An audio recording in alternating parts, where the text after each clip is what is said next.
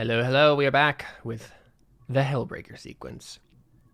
And we're going to find out what happens when you send a squad of elites, people, specialists, soldiers, things, to Wow. the middle of a artificial construct that's kind of like the sun, but also not at the same time, and try to figure out what's wrong with it.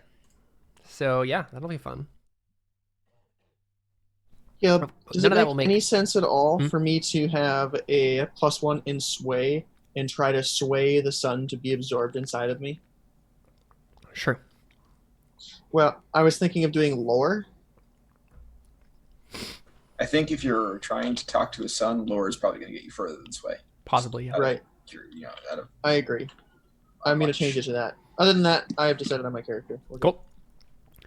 But yeah, I don't know if I actually specified the last break, before the last break, what was going on in this part of the game. But what we're going to do is we're going to zoom into the last watch, and this thing is with Azimuth has been happening. It's been freaking out. The Perihelions don't know what to do with it. Ever since Beiruz tried to, with his help of a specialist, try to take apart some Forgotten Heralds, things went very wrong. And, yeah, well, not exactly. And so now we're going to zoom in and find out what happens when you send in a bunch of Last Watch people to save the day. Well, A-team-like situation going on, so that'll be fun. But, I mean, there's not a family move really happening here. It's just like zoom in, solve a problem that's in front of you. So let's just go ahead and start with the zoom in move, shall we? When you focus on critical scenes where a handful of people might change the course of history over hours or days, say where you are on the map. We are in Azimuth, the artificial construct floating above Nadir, shining as bright as the sun. The main characters present say what they are there to do. The main characters we have are going to be Jared with Cassius, and David, you're playing Nissa. Yep. Yeah. What are you there to do? I mean, I already said it, but yeah. The GM describes details of the environment or asks the players questions about it. I think I've already said a little bit about it on the break, but basically, right, Azimuth is still mad. It's not letting anyone on. It's making anyone who goes it, like maybe they sent an expedition or two in to Azimuth and they haven't returned. People are getting lost. People are dying in the balls of it, that sort of thing. Losing contact. This is like God to the Perihelions, right? And so they need it back. They need to take their place of power back. They evacuated when everything was happening, and most of them got out, but now they got to take their fortress back. So we're going to have that Last Watch, who they hired to do things, figure that out.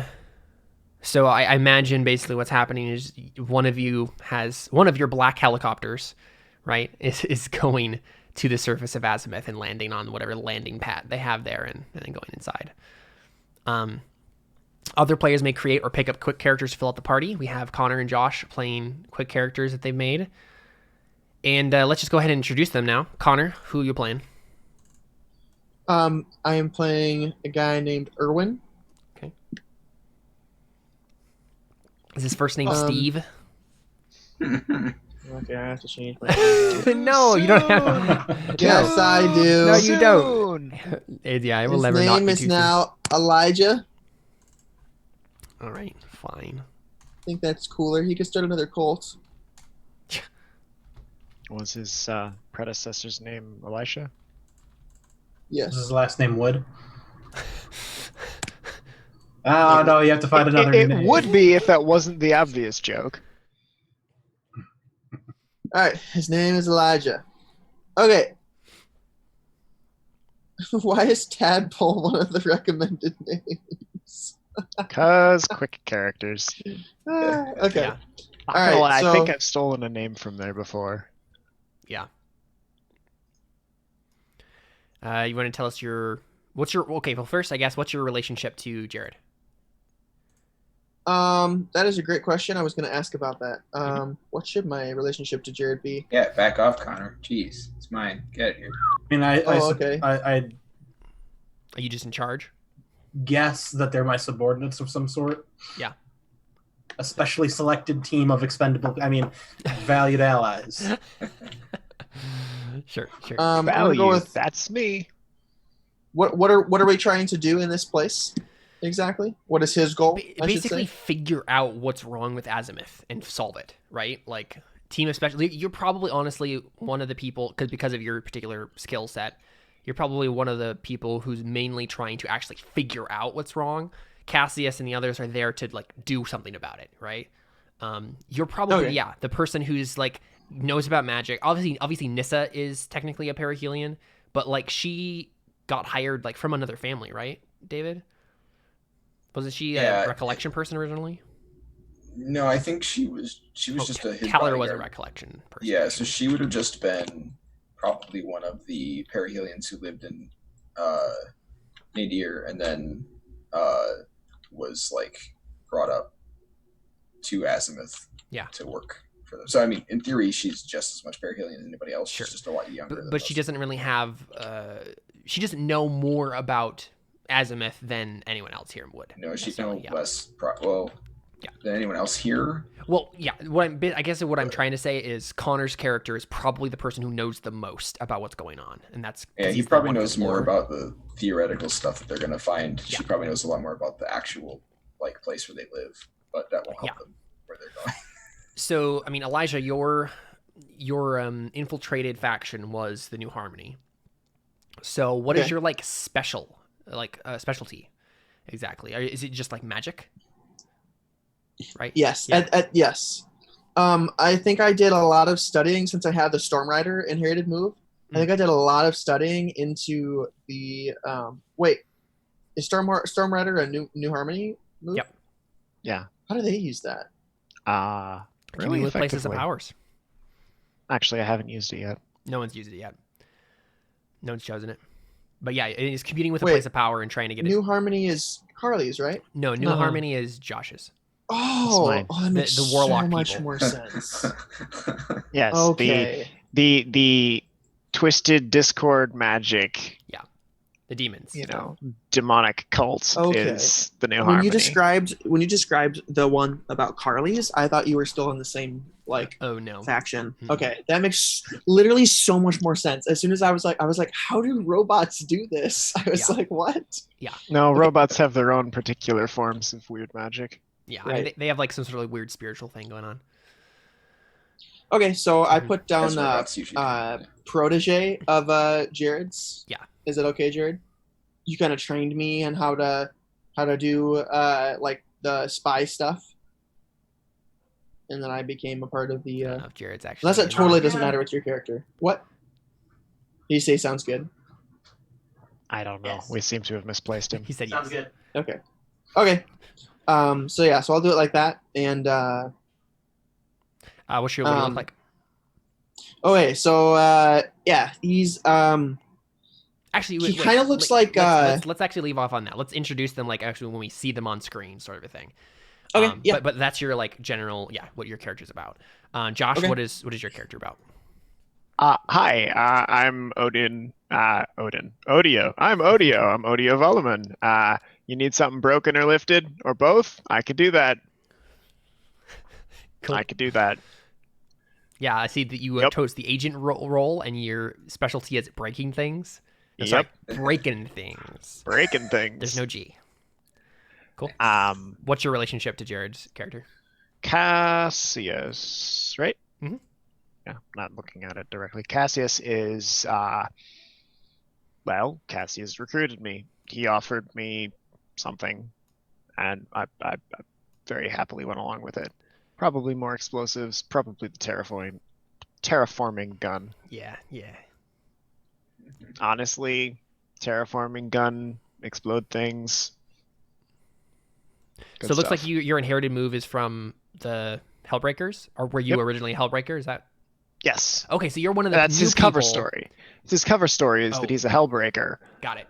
That cover story is recruited from among the Hellbreakers. He's still in his job as a demolitions expert, tearing down and excavating old ruins and making way for new construction. Yeah, perfect. Awesome. Oh, that's a cool inherited move. The news. When you investigate a scene of corruption, you can ask the GM one question about the corruptor or the corrupted. That's really See, cool. I'm not quite sure how to weave this in with this character yet, so that's what I'm going to feel out throughout the session. Yeah, that's fun. But I do like I like the move mechanically, and me too. It's cool. What? So yeah, real quick, I guess let's remind the characters or the audience about who Cassius and Nissa are. So Cassius, who are you? Jared, that's you. I forgot that was me for a second. Who's Cassius Hostilius Vespasianus? I don't think anyone's been able to. Cassius Hostilius Vespasianus. I'm impressed. Yeah, you did it. He's the somewhat new leader of the Last Watch. United yes. I forgot that you guys didn't know, but he just took the leader role for his character. So Jared did. Yep. Okay. He united the clans, killed the naysayers or traitors. Did he make a quick character? No, this is his main character. This is my main character. I just barely played. Okay, good. Played him once. Yeah. But yeah, that's him. He's smooth and charming and tries to sway people, even though he's horrible at it. Yeah, he is. Yeah, you're playing the Hunter playbook. So yes, cool. And then David, your main character died recently. So who's Nissa? Ruse fell into an endless pit or something like that. He did. He fell into the void. Yeah, that's what it was. He may come back as some sort of horrible monstrosity, but yeah, it's never happened to any of my characters before. Definitely not. It's yeah. I'm just remembering Torch. Yeah. Oh yeah. Torch. That was also my plan for Caspian. I feel like it's happened to other characters too. Anyways, let me pull up my thing. I haven't got to play this here yet. So she is really far away. Here we go. Okay.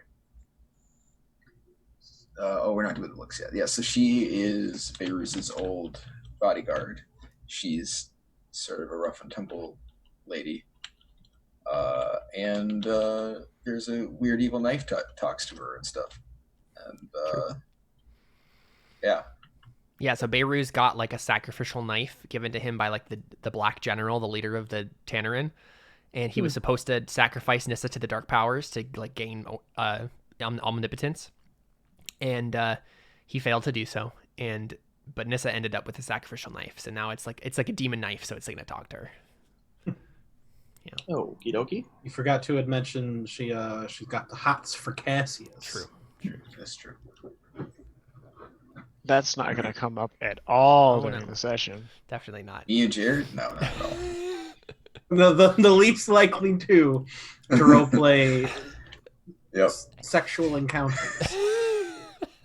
Thank you for putting it. You could have like worded that almost the any worst other way you way. could have possibly put it. No, yeah. I don't know. I feel like I could have worded it. Maybe worse. not the worst way. But certainly not the best. Mhm. Okay, cool. So I guess we see. Actually, before we get to like the actual description of anybody, finishing out the zoom in, characters select gear according to their family's assets and the established fiction, and we tool up. Right. So when you zoom in on a character, you may equip them with any of their family's assets, customized to suit their circumstances. For each of your surpluses, pick a relevant benefit. So if everyone would like to turn to story moves and the tool up move, you guys can each choose a number of benefits based on your faction's surpluses for your character. For Last Watch, that is 3. For Perihelions, that is 0. Can you say that again? Go to story moves, and tool up is the move you're looking at, and you can choose 3 benefits from that list of 4. Based on a relevant benefit based on your faction. So I'll tell you the benefit, the surpluses they have. They have safety, justice, and spies right now. So is the sun like?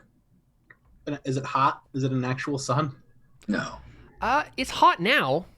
Well, yeah, that's true. Yeah. Is it like heat hot or like radiation hot? Right now it's heat hot. No, now it's just heat hot. but it's not like the sun hot. It's just Is there radiation? There What does probably is data somewhere. do in game? You can spend it to get advantage on a roll. I didn't catch that, Kim. Oh, Is there- Connor was asking. Oh, what I said before that. Is there radiation? Oh, there probably is somewhere on. Yeah, there's probably some rooms that have radiation stuff in them. A lot of radiation. Possibly. All right. I don't know what I'm gonna do. Oh, you're gonna add a tag. Yeah. Yeah. So, what do you guys want to choose for Tulip? If you wanted to Wait, add a do I- tag to any of your stuff, you could go to the gear handout and there's tags. Do I not get to do the? You don't get to. handing out Yeah. You don't my get to. thing. No. Okay. At all. All right. No. Gotcha. That's Mm-mm. too bad. That would've worked. So, do I have to have gear in order to use the tag thing? You automatically get gear. All of you automatically, except for David, get sniper rifle, which is basically like a terraforming gun, like a far range terraforming gun, because that's what they use for weapons. You have armored clothes, and you have a black helicopter. And then for every surplus that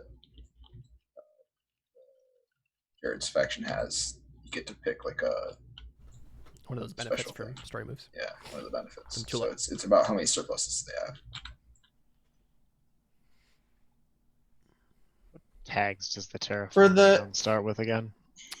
Far, silent, and elegant. Jared actually added a tag to his that's area. So technically yours is like a focused terraforming gun. It probably just does heat to start with, but you could add tags to it to make it more I want to add Advanced. area and messy to mine. perfect. And I wish I could take off tags. I really wish I could remove tags. You don't Because want I don't silent. want, and I don't elegant want in there? far. I don't want silent. I don't want elegant. But I Well, get to Far get makes it the those sniper two. rifle. Yeah, I don't want it to be a sniper rifle, Oh. but it gets to be a sniper rifle because that's what it is. Yeah. Yeah. Can you add the tag melee? No. You have a bayonet. But it literally says in the gear list that any family has access. Any family can take weapons with one of these tags, melee or ranged.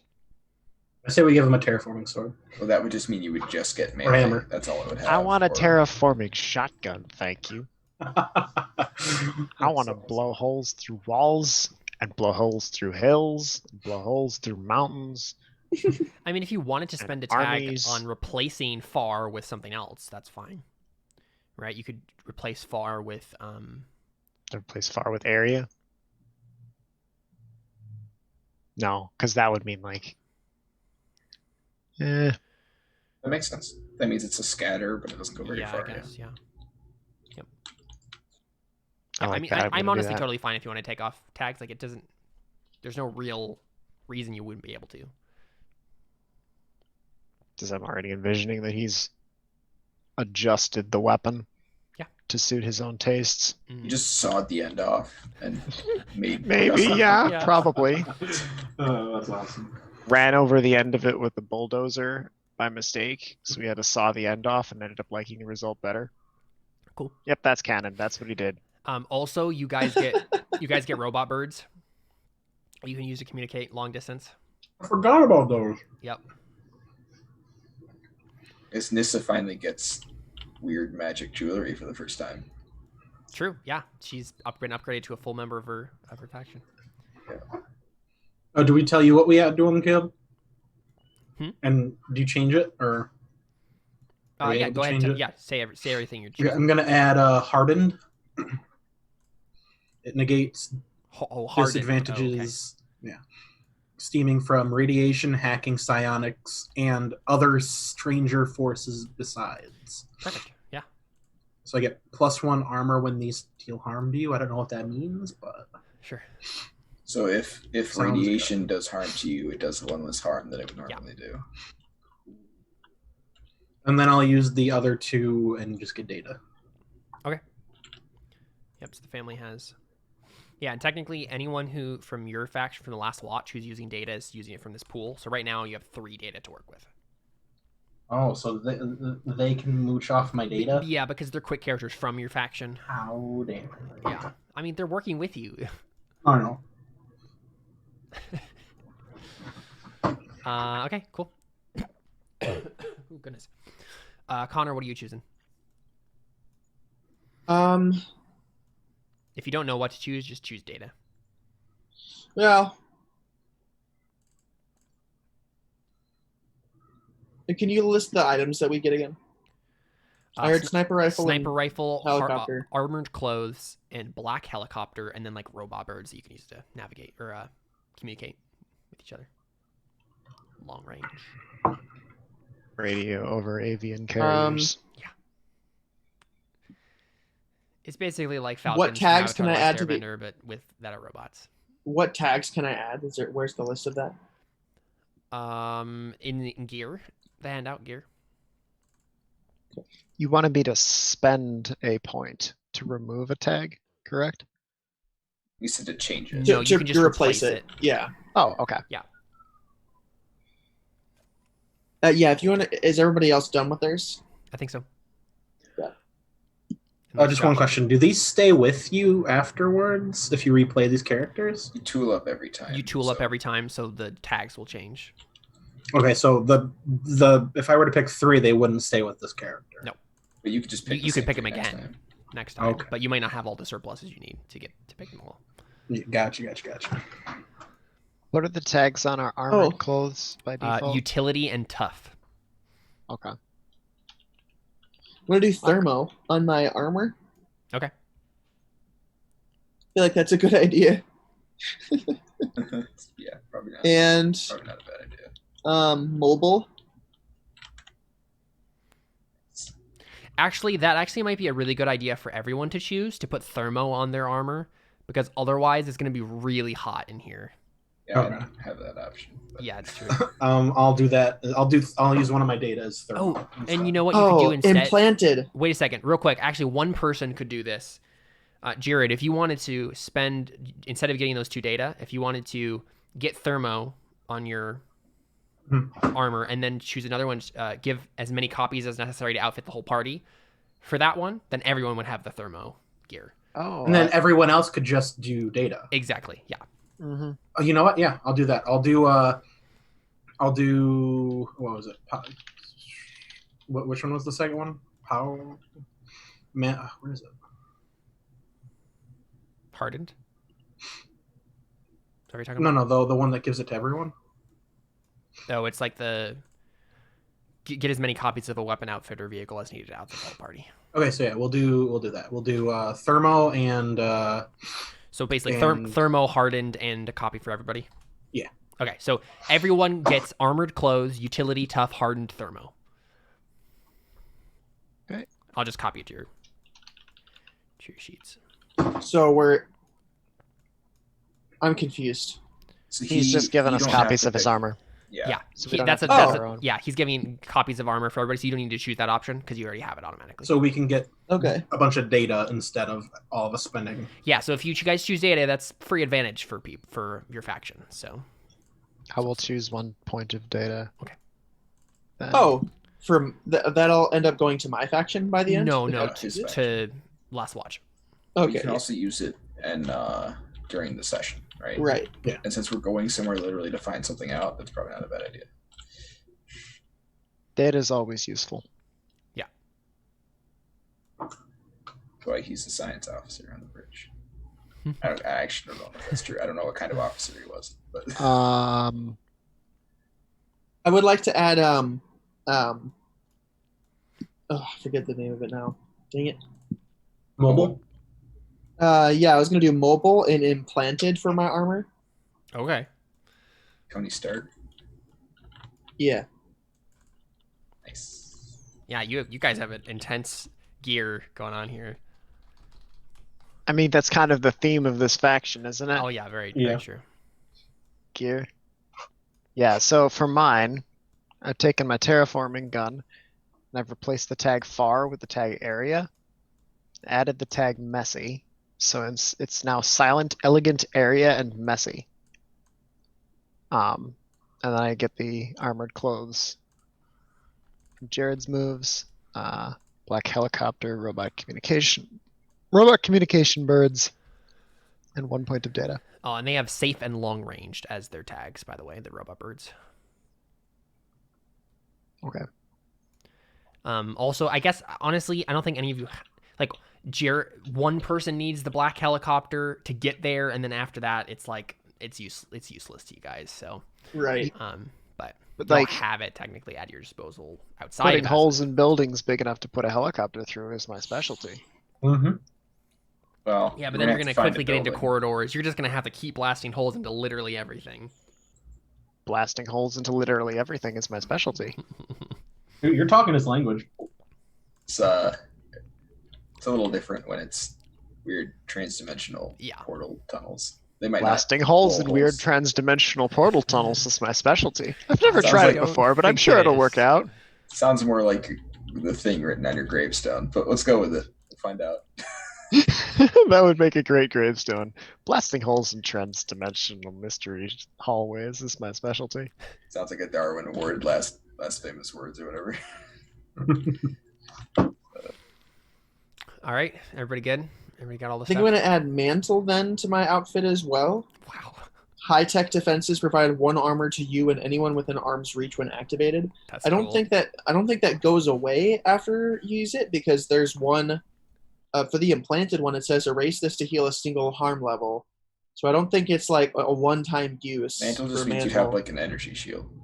Right. You should do that. So yeah. What do you mean? You should do that. And then we all get +1 armor. And Oh, then I no, can you- stand that behind you when I only- shoot things. That only happens if Oh, he picks right, to yeah. give that equipment to everybody. No. What he means is as long as you guys are all within arm's reach. Oh, it's a bubble? Oh, I didn't know that. Okay. Well, I know who I'm standing by. But yeah, so I mean, Elijah, like, why do you have such intense armor? Did you make it? I Or are you just mean, that afraid to die? Because you're like the magic guy. So like, is this all powered by magic? I probably bought this. No, Okay. this is probably just some really awesome armor I bought. From like some other Last Watch cell. Yeah. Cool. Awesome. Yeah. So utility, tough, hard. So Connor, you're responsible for remembering I won't have the brain power necessary to like constantly refer to what these tags can do. So just let me know if there's like a situation where you're like, this is 1 less damage for me or whatever. So if you want to just have Okay, the yeah. gear handout handy to look at. Right. Cool. All right. So we see a black helicopter land on this like landing pad on the edge of Azimuth. What does it look like when you're like on the outside of Azimuth, but like really close to it, David? Like, Well, so I imagined it was kind of like passing through atmosphere, but it happens really quickly. So like it's really bright and until you get past a certain point. like that, and then it's just like you're in the sky over a big garden, basically. Got it. A garden with a really small horizon or a really tight horizon curve, basically. Okay, cool. So like the very top of Azimuth is like basically like a planet, like a garden.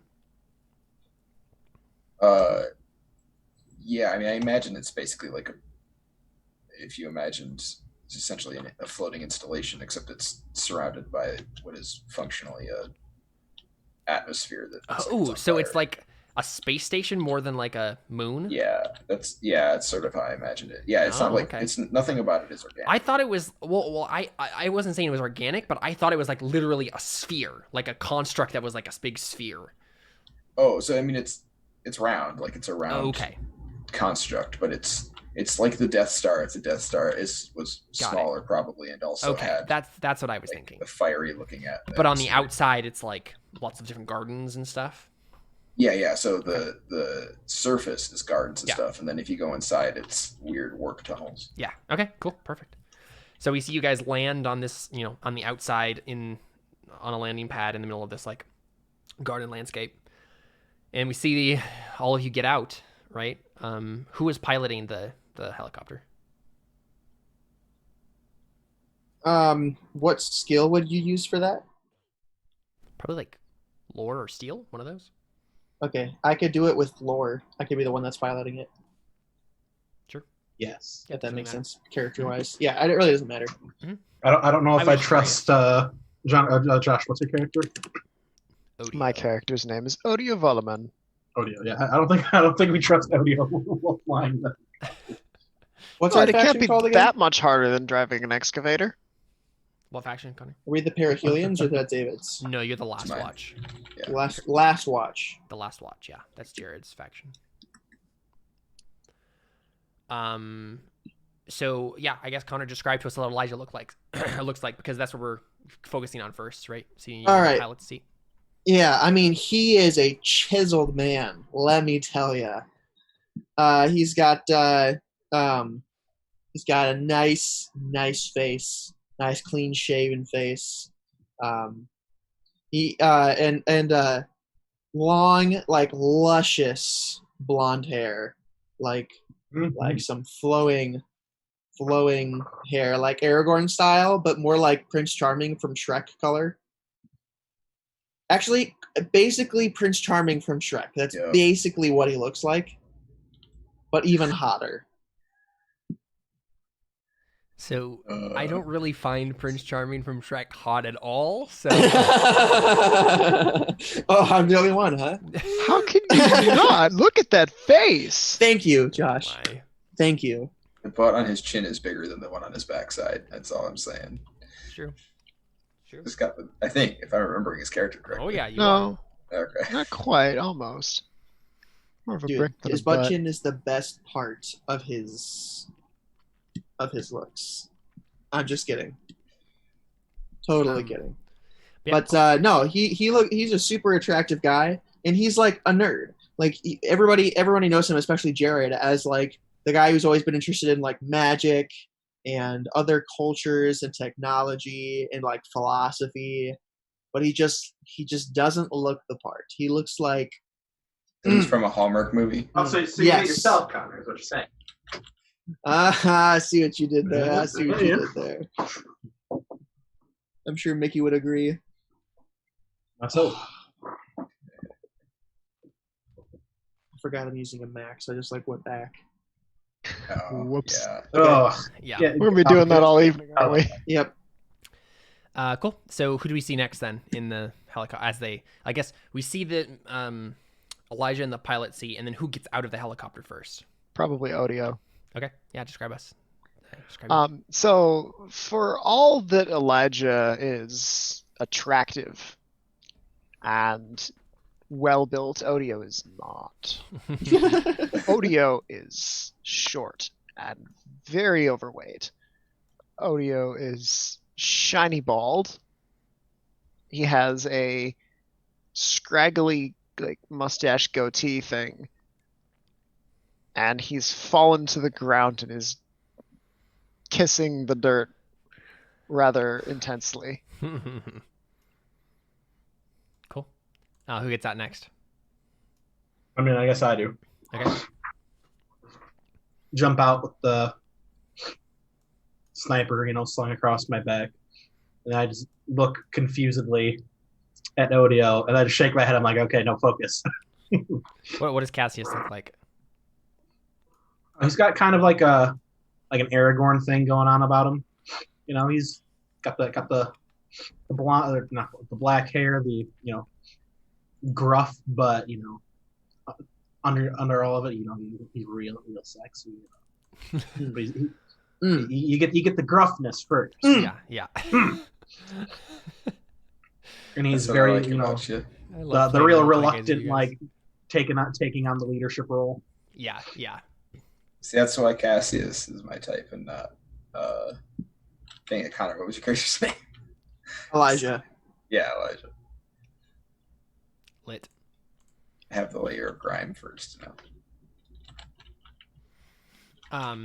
Cool. So then I guess Nissa gets out. Yep. What's Nissa look like? She is pretty. She's lean. She's obviously. Yes, feminine, lean, steady gaze, and scarred face are her looks. So she's probably a little worse for wear these days.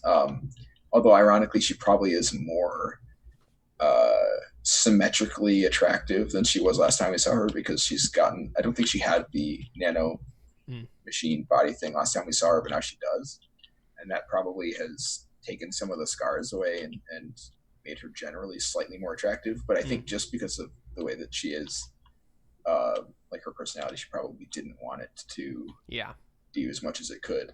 So I think she looks a little different than last time we saw her, but overall it's a pretty similar aesthetic. Yeah, she's got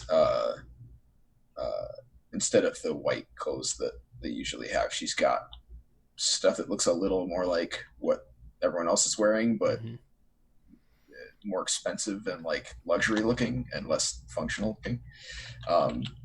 And I think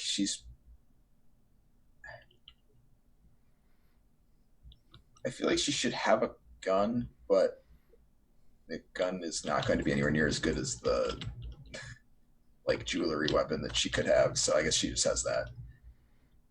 Yeah. Unless you don't care how it works, and then I'll have her put that on a gun and she'll use it as a gun, in which case that would be way cooler. I mean, sure. Yeah. I mean, that's fun. Okay. That sounds So I like don't something think she would spend time to make sure she could do, because Yeah. the thought of Nissa like trying to use that just doesn't seem like she would not Right. like that. Yeah. Yeah. And I think it actually changes the tags on me. I think it would be exactly the same. So Yeah. So yeah, she basically has that necklace sort of like looped around the chamber of a rifle, and basically it just means that it shoots incendiary like fire stuff instead. Mm-hmm. Oh, you know what? David, Nissa has marked her agent move. Mark when there is a job so dirty or so hard that no one will willingly accept it. Honestly, that's what this is. Right? Like, yeah. You're the only perihelion at this point who's been sent to do this, because they've almost given up on Azimuth at this point, because they're like it's gone crazy, but you're like sent to go figure this out because you're like the newest member of the perihelion, so they can bull you around, right? Well, she was also Iru's successor. Yes. So she's actually pretty important now. Yes. And so the combination of those things is probably how she got Exactly. stuck doing this. Yeah, exactly. She's important enough to be sent on this, but also insignificant enough that they could make her go. Right. Yeah. But yeah, Oh, yeah. Do we do roll moves? It just depends on this. You mark a roll move when either you hit the trigger on there fictionally, or you just change your roll, and then we'll give you the trigger. So what we said for you, right, is you marked leader, and it says mark when you lead the family in a blood hunt. Say who you're hunting. The GM says where they're hiding. I think we decided that that's this as well, right? Okay. You're leading your family in a blood hunt. Say who you're hunting. I mean, whatever's making Azimuth this way, and they're hiding in the bowels of Azimuth. So what does Mark mean? Who's Mark? You know what that means, right? What am I marking? Like mark the roll move. You're not marking anything right now. It happens fictionally. You already did it. Yeah. So it can happen either way, right? So it's either when you lead the family in a blood hunt, you automatically mark leader, or if you mark leader, now you're leading the family in a blood hunt, right? So it works either way. I get what this means. Got it. But yeah, cool. So that's what's going on. But real quick, I guess on your roll move here, it says take it and tell us how it is even worse than anyone expected. So that's on you, David. How is this worse than anyone expected?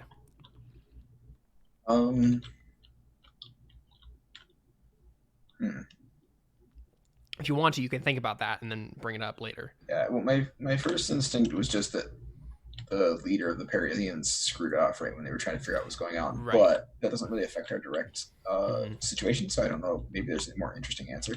Sure. But I don't have one off the top of my head. So yeah, that's fine. You can think about it. Unless we want it to just be the things that I've been messaging you, because Possibly, it's not just like there's a switch to flip somewhere or something, you know. Yeah, I think the fact about Iskander leaving, it's probably fine to function for that trigger, right? Like that's something new that we didn't know about the situation with the Perihelion. So it's like literally the leader of the Perihelion is just left, and so now you guys literally have to figure this out without the one person who actually knows something about its secrets, right? Right. Yeah, that's true. Iskander should be in your place right now, leading this last watch mission. Yeah, for sure. And then the GM tells us how performing this task will reveal a mysterious treasure or golden opportunity. I mean, if you get Azimuth back, like, I think you will learn more about Azimuth than you ever did before, right? If you can actually figure out what is wrong and fix it, that tells you way more about Azimuth already, just by the virtue of being able to do that. Right. So what's at stake here is whether or not Azimuth itself will be fallen or live on, and Right. the Perihelians have some chance of like understanding it finally. Cool. And then, the other two of you, your roll moves, just for reference, you have Agent, Odio, which means you have a specialty in breaking things. When you die, reveal your mission's final step. If the party does it, the mission succeeds. So if you die, that might be a good thing, because then we'll figure out how to succeed. But then Elijah also has Outsider. Did you pick your stat you wanted to take harm with roll advantage, Connor? Yes, lore. Lore? Okay, perfect. Yes. Mark, just like make a little mark next to lore, just so we know which one it is. Okay. Also, describe how side effects twist the area or your body. I don't want to say that yet. Okay. Yeah, just let us know when you want to tell us. When you die, terrible energies plague the area. Those that brave the maelstrom can find a device in your body. Cool. That's All right. bad. So Elijah gets off last, obviously, right? Off the helicopter, and you're on the surface of Azimuth in the gardens. At various places, there are probably like what looks like almost like subway stairs, like stairs down into like a subway tunnel is kind of what it looks like, but it's into the bowels of Azimuth, right? Various points where there are stairs down into the corridors. So you could take any one of those, but how are you approaching this, I guess? Cassius, you're the leader. Jared? I'm sorry. You're What? Cassius. Yeah. What did you say? I said, You're taking the lead. how are you approaching this like situation as the leader? I go inside. You just going, just leave them inside. Yeah. And I'm like, hey, anything more Nessus, particular how do than we stop this? You asking Nissa? Hey, Nessa, babe, how do we stop this? Hey. Okay, wait. Let's establish something. Are you guys like dating now, or is it still just tension? Let's slow attention. Yeah, I think so. So yeah, she sighs. She says, "If I knew the answer to that, we wouldn't need you here." So, like, is it not supposed to be a big garden in the sky? Can we take the sky part away? Not supposed to feel like the sun. It just looks like the sun. Yeah, and it is very hot. I mean, you guys can't tell that because of your armor, but like sensors inside your helmets, like is saying like 120 degrees Fahrenheit, or something like that. Yeah, I think as Does she's saying that, does she's she get picking the up the armor? Yeah, Everyone does because so. you chose that option. Yeah. So Oh, I thought it was just me. Okay. I pick at the suit that I have because I don't typically wear that kind of thing. So yeah, as she said, it's supposed to feel like the sun. She like picks at the thermal clothing. I forgot that I was wearing that, so yeah, I guess I look basically exactly like them. Yeah. Except that all of my equipment gets the precious tag or whatever, so it still looks more expensive. And where's Iskander in all this? Again, if we knew the answer to that, he would be here, not us. All right. Potential suicide mission. No information. Let's go. Wait, did Now you're suicide listening. mission? I don't remember signing up for a suicide. You told me there were just going to be things to break. Yeah. And one of I those didn't things want- might be us. Breaking Break me? Breaking things It's the is what got last us thing into I wanna this mess. break. You're not supposed to break anything. Okay. Break the bad things. And then try not to break yourself. Gotcha. All right. Let's go. If you find a bad All thing right. to break, feel free. What a leader Cassius is. He's got -1 sway. Yeah. Elijah, how are you responding to this situation? I'm just along for the ride, I guess. Hey, science guy, you got any input? Bill. Yeah, when we get there, I'll figure it out. No worries. No That worries. sounds only mildly suspicious. Let's go.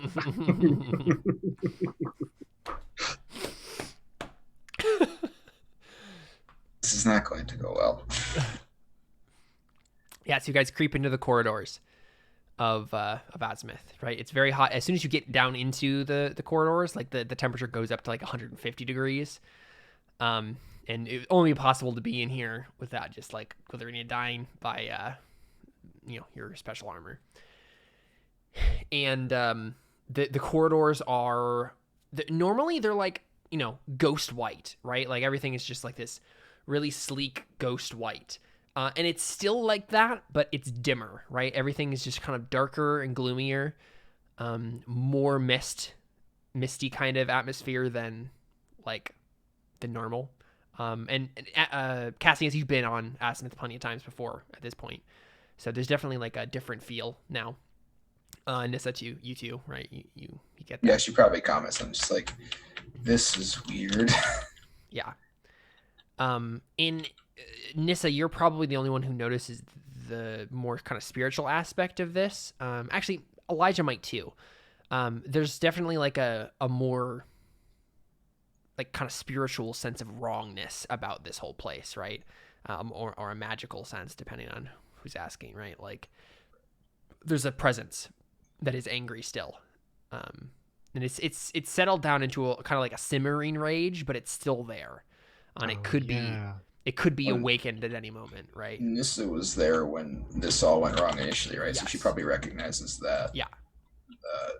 Sort of, presence. Okay. Yeah. And so I guess one major thing you'll have to worry about is just like being lost, right? So yeah, well, okay. Unfortunately, I don't think there's any way for us to get there without being lost. Yeah. First question: is there a map?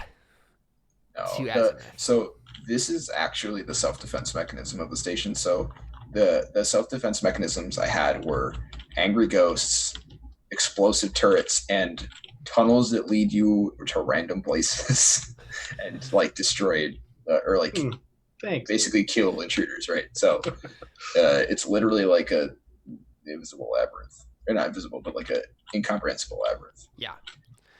So Nissa, is this place like at the bottom? Sorry, what? So is where we're going like at the bottom? Not sure how to answer that question. I feel like that there's no space has no meaning. No, yeah, that's what I mean. She doesn't know how to answer that question. I mean, I can put a hole in the floor. We can find out. Let me put it this way: if you put a hole in the floor, we're just as likely to end up higher than we are lower. Okay, it's just not that. I'm not that incautious. No, he wouldn't use the term incautious, would he? That's too many words. Too many letters. I was gonna make a labyrinth pun, but I'm pretty sure I'm the only one here who's seen that movie. I think so. Unfortunately, it was before my time. Oh, question, Jared. You have 2 tech as the family. Do you want to have brought those along? You can use them as devices to unleash power. Yes. Explosives? Okay. So do you want to say that you have one and Elijah has one? That makes sense. No. Do you want both of them? Yeah. Okay. I trust them. Where did you got this from? The cell that you destroyed, right? Yeah. Yeah. What are they then? You tell me. These are like special, almost like either super scientific or super magical devices that you don't really know how to function. A ghost detector. Yeah, that was one of his things, right? I mean, sure. I feel like if this. Okay, not a ghost, but like a supernatural. Yeah. Demon thing, whatever. What are we calling them? What are they called? Tannerin. The Cthulhu, the Tannerin. Yeah. Tannerin detector. Well, what I was saying is, if this is the cell that's working with the Perihelions, right? That you got this from. Maybe they were working on some sort of like ghost detector, right? What if it was literally like they were looking into the secrets of Azimuth themselves, and were trying to find something that they could like locate the weird ghostly entities that live here. I'm That's perfectly cool with convenient. that. What should the other one be, boys? What should the other what be? My other technology that I just arbitrarily have. Where did you get it? It's from another cell. The last watch cell that used to work with the perihelions. Oh, okay. Uh, Hey, Caleb. Mhm. You should check chat. Zoom chat? Yeah. I also sent you a message to check chat. You didn't check that either. Oh. shocker that he didn't see the message in the chat to check the chat. Yeah, I don't know. Maybe like a prof style vibrating gauntlet thing. Okay. A terraforming glove, basically. Ooh, yeah, terraforming glove would be cool. Sure. Um, Unless any of you could think of something better. No, that sounds great.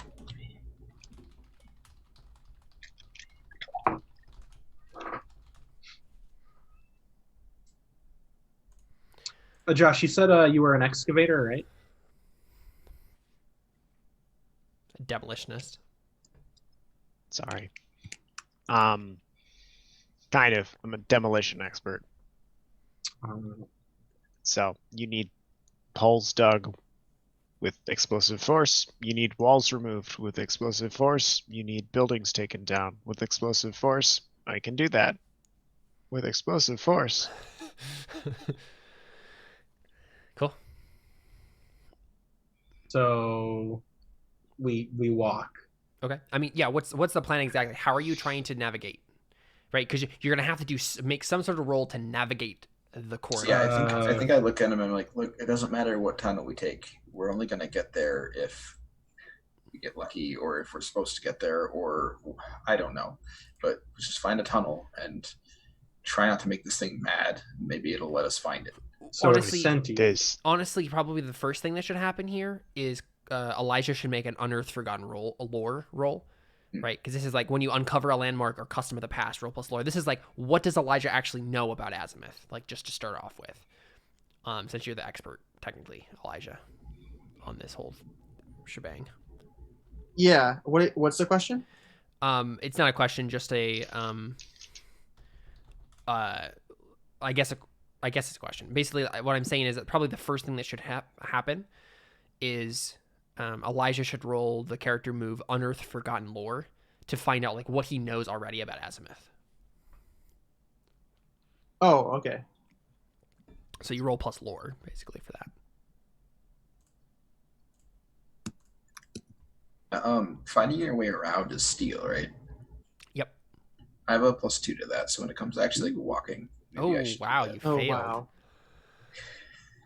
Okay. We all die. That's not gonna be good. Yeah, so Okay. you don't know I see anything, nothing, or at least I know nothing.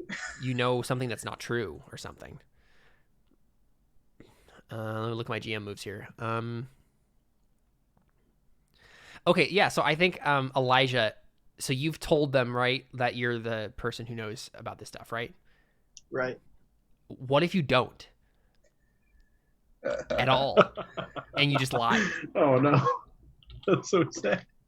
But you're like so curious about it, you needed to get here anyway. Maybe So you get a I don't promotion know, for being. but don't I'm really know- telling them I know. Yeah, Okay. yeah, you down with that? Okay, I'm done with that. Well, and it doesn't hurt that I literally just told them Exactly, basically yeah. a way of getting You around. can just pretend like you try something and then it won't work because you're like, well, Yeah, Azimuth is you just Azimuth. like, yep, she's right. There's Yeah. nothing we can do. Oh boy. But, I mean, but basically, like when Nissa mentions this, right? Cassius's probably first response would be to like look to Elijah because he's like the expert he brought along to like help out with stuff like this, right? And I'm like, sure, yeah, no sweat. I got it. I finger guns you, and I'm like, that's my guy. So Elijah, like, what role do you want to make to try to like find a way to where you guys need to go? You know that there's something, some presence, some maybe something down in the center of this thing of Azimuth that is making these bad things happen. But it's pretty vague. It's just kind of like find the right way is your kind of goal here. How do you want to try to attempt to do that? Say that again. How do you want to attempt to like lead them in the right direction, even though you don't really know what you're doing? Lead them in the right direction. Was that roll for where it is, or just what to do when we get there? Where it is. Oh, okay. Right, that's what Gotcha. they're dealing with right now. Okay, I was You're confused just wandering by the that. corridors right now, like trying to find the right way to go. Okay.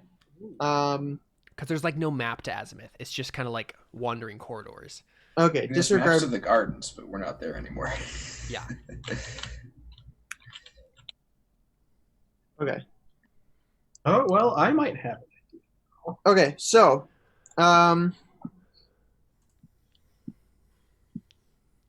yep. So should I just start like I just pretend to start like walking? I'm just like, yeah. Well, I got this, guys, and I just like pretend like I'm going the right way, but I just like pick a direction and walk. Okay. Okay. So, yeah, you're literally just like guessing, trusting the luck. Right. Okay. I mean, obviously, there's no roll for that. You're just walking in a random direction.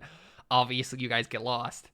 If you want to roll, I think Nissa is under the impression that because of the nature of this place, that there is at least some kind of intelligence behind it, and that if she hopefully appeases whatever that intelligence is, it might just sort of let them get there, because she thinks that's the only way to get there at all. But I mean, she doesn't know if that's true or not. That's just the impression that she has. Yeah. So if you want, I could make a navigation roll where she's basically trying to use that spiritual connection to the. I mean, yeah, if essence that's it the is only instead. way, would you? So if, I guess what I'm trying to ask is, if Elijah just like confidently moves in one direction, would Nissa still like just be doing this in the background, or would she take the lead? Like, what would she do in that situation? I think she would probably be like, I think we should go this way. We can see maybe how that would turn out, but I think she'd be like, that doesn't seem right. Okay. Yeah. So As Elijah, soon as you're she like, starts going in a way that let's she go this way. I mean, unless I have like a bad roll, in which case it wouldn't matter. I'd be wrong anyways. But Nissa would probably like speak up as soon as he just Yeah, randomly if she went in a thought that direction. we were going the wrong way, she wouldn't just not say anything. Yeah. Okay. Cool. Yeah. So what do you do, Elijah? Or Cassius or whoever responds to this. Right, Nissa's like, I don't think we should go that way. Rock, paper, scissors for it. Flip a coin. No.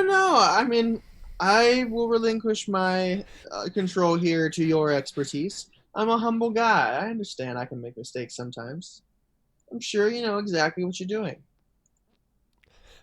Yeah, she just kind of glares at you. I mean, how are we going to get out of here without teamwork? Am I right?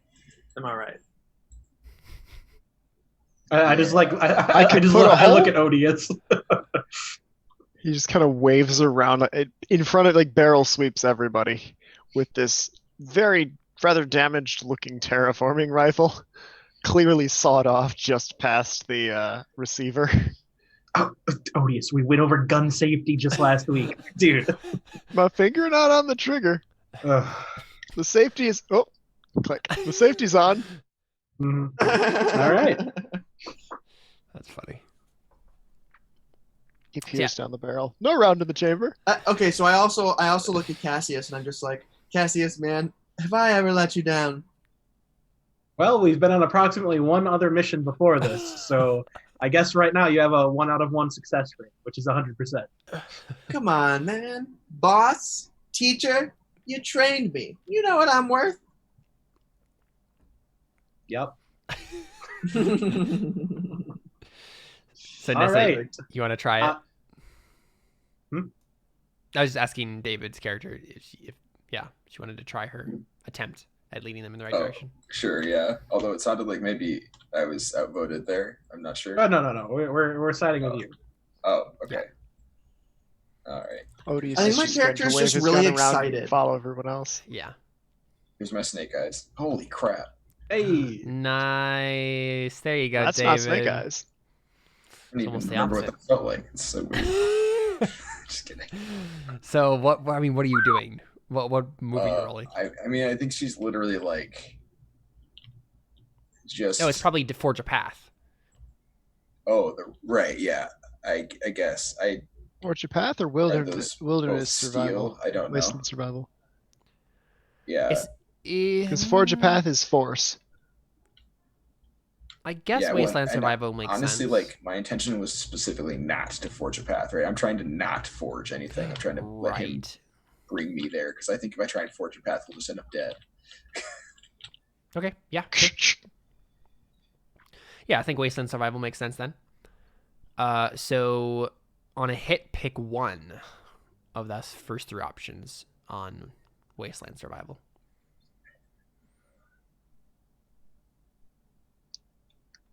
So you navigate, right? Right, and then 10 plus also pick one. Okay.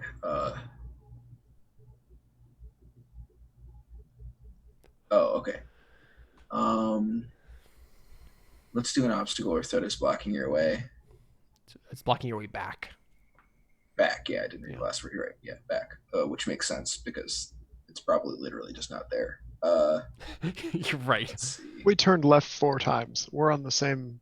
We haven't gone up or down. No. And we haven't retraced our steps. I'm now concerned. I'm scared. What is you discover a secret path you can use to take this route without triggering this move mean? I guess like Nissa knows the way back now. But I just said I don't know the way back. So I guess I can't take that. Yes. Right.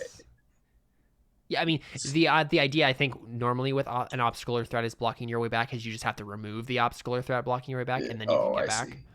I would rather do the last one. I want to discover a secret. That's why we're here. So yeah, details on a threat, signs of other people, the origin of the fall. Yeah, okay. So well, yeah, one of those is the obvious easy choice that is not. Well, maybe this not all that interesting. Time.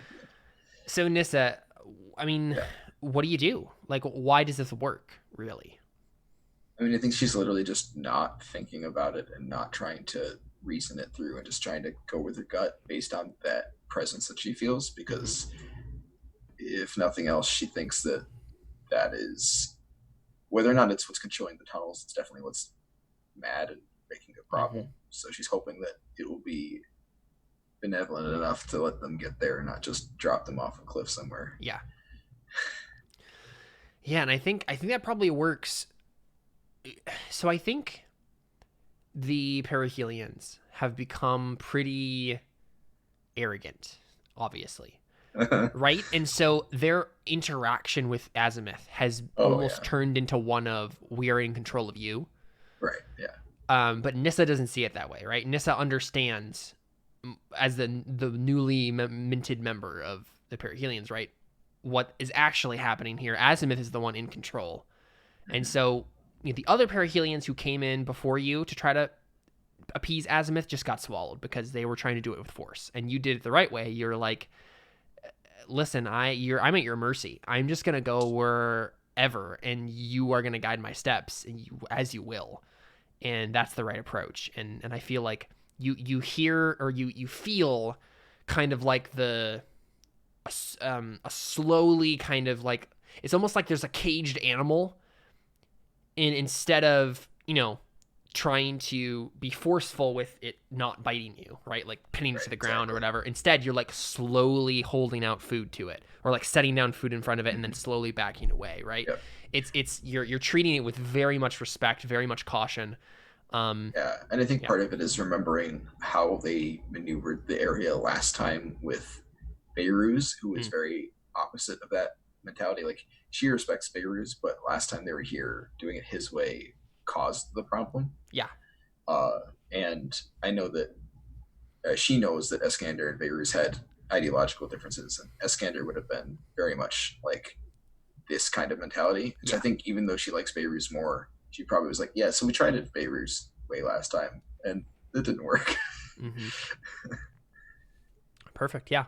And so you just slowly feel like this caged animal is remembering who its friends actually are after a long time of being abused by people, right? It is having an inkling of remembering, oh, some people are good, right? Some people are nice. And Nissa might be one of those people. And then there's this slowly releasing of tension as the thing seems to relax. And then, right, the secret you find, so it doesn't lead you to itself right away, right? Instead, you just end up in a room. This room is large vaulted ceilings. It is filled with, I don't know, David, you tell me. I'm thinking like this secret is going to be something related to like obviously like Azimuth secrets, but like more specifically like origins of its construction and its reason for being here in the first place, whatever connection to the perihelions or the terraforming technology or the fall, whatever connection might be there, so some room that sheds light on that. Do you have any ideas? So with like the actual like the happening when the fall happened, would that be the kind of thing that might Something like that, yeah. Because like my initial gut reaction was like a recreation of the moment that the fall happened or whatever. Yeah. As opposed to so like the weird like you see ghost people show up and they start reenacting that scene essentially. Ooh, It's kind of my thought. Okay, yeah. It's a room. Okay, yeah. It's a room filled with the nano swarm ghosts, right? These dust clouds, and it's literally it's a recreation of what looked like the command center of Azimuth, the moment after Iskander pushed the button. Yeah, right. So that's probably what it is, right? You like see a silhouette of Iskander, having his hand pressed down on whatever this thing is, right? This giant supercomputer that just powered the terraforming technology. And you see people just start to like look at screens, and somehow the nanobots are like reconstructing this really well. Like it's very a lot of vague outlines and shadows and mist and stuff, but you can definitely, it's so easy to tell what it is, even though it shouldn't be that easy. It's like the meaning is being communicated. Yeah. Beyond just the visual. Beyond just the visual. And you see, this like recreation of that moment. These people like glancing at all these screens like, oh no, something has gone horribly wrong, and they start to see like the land break apart and all that stuff. And it's just kind of happening, and you see it play out to its like full completion probably, and then it resets, and it just keeps going over and over again, like maybe a 30-minute section of time of like the 30 minutes after the button was pressed and like what happened. So obviously I can tell you more details about it, but like I'm just curious like what your reaction is as you're like walking through this recreation. Yeah. I'm curious. Is this that event? Would one call that corruption? Oh yeah, like according to your move. Let me double check what that. I mean, would this look like could a this scene of be corruption? considered a Absolutely. scene of corruption? Yes. Okay. Part of the scene is literally Iskander being like morphed into an actual immortal by the thing, so that would be even more literally. Probably. Okay. Yeah. Okay. But yeah, I think Nissa probably doesn't know what to say because that's obviously got a pretty massive impact for her entire. Nobody knows that that's how that. That's what I was going to ask. Yeah, like nobody knows. Okay. Yeah. I mean, except Iskander and probably like maybe Beiruz, and all these ghosts that are all the people who are around. In fact, a lot of them are probably people that were there or something, and they get killed, like quote unquote killed as much as it can kill them. Yeah. I'm curious. What does Odio's gut tell him about whether or not the destruction that was caused by this event, was it guided in some way? So was there a mind behind it? My first reaction is to say yes, right? Is to say, oh, the Tannerin were behind it all along. But I don't think that's the right answer. I think the answer is, right, I think Iskander and the perihelions as a whole, right, and their hubris in doing this brought the Tannerin here or awakened them, right? Like this was pure human folly that caused the fall, right? This was them trying to make use of something they'd only marginally understood. Like I'm imagining the ending of Wonder Woman, right? Where it's like Ares is talking about how I caused all these wars, but I didn't really, because humans humans would have done this already. Like, I just gave them more reason to do it. Like, I just pushed their instincts. But it was even beyond that, right? The Tannerin were never even here before Iskander did this, right? Humans by themselves will act this way. And that's kind of like the secret here, is that even though it would be really easy to blame the demons on everything that's happened in this world, the actual cause of the apocalypse was one man's arrogance. Okay. So. And I think you understand that intuitively, where none of the others do, because of your move here, right? Like, Okay. and I think I'm curious why that is. Mm-hmm. Can we play this out a little bit? Yeah, go ahead. Yeah. So, what happened? But what are they doing? Like, the people on the screens and stuff. There's lots of destruction, and like I know destruction when I see it. But like, what are they doing, and who are they? Well, It turns to Elijah and Nissa. Yeah. Caspian. That looks like Iskander, but I don't know who the other people are. That looks like the command. I've only been there a couple times, but it looks like the command room in Azimuth, but it's different, like older, maybe. I don't know. So I'm not that's sure. this place that we're in. No, it's Is on it the a weapon? surface. It's the more like a bridge than a heart. You know, wait, we don't have spaceships. So more like a. I don't know. Boats, I get what you're saying though, like a bridge of a spaceship. Yeah. Yeah, I mean, I'm just trying to think how she'd say it. So we don't have spaceships, but I guess whatever. Control room. It's a common enough thing. Yeah. Like an air traffic control room more than a. Right. Yeah. So, what were they trying to do? Were they wanting to break everything? So Cassius, you're looking at this whole thing, and like you know exactly what is going on here. Iskander, you know the perihelions did this, right? That they caused the apocalypse through terraforming. But I mean, I don't know how exactly Cassius feels about this, but most Last Watch, when they would watch this scene, would be like, we should have stopped this. And we right? saw something similar at like that TV place. Yeah, the Last Echo. Yeah, basically you saw this exact scene, but from the ground instead of from the control panel, right? Yeah. Cassius is he's upset. Yeah. You can he's really quiet. He's just. I think Odio is too new to the Last Watch to realize that this is a colossal Last Watch failure. Yeah.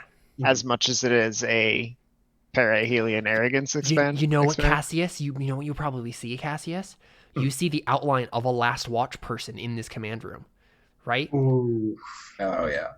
Right? That's probably like getting, watching this happen, right? And like cheering it on almost before it. Yeah. Or he was probably before the end happened, before he pushed the button. Oh, dude. That's probably hitting them real hard. You know what probably this is reenacting is not like just the 30 minutes after he presses the button. It's probably the 15 minutes before, the 15 minutes after, right? There's probably a span of time here where they're like getting ready to like do this great grand thing, and then it all falls apart. Right. Get some context first, yeah. Mm-hmm. So they're like, it's a party of sorts. They're excited about something.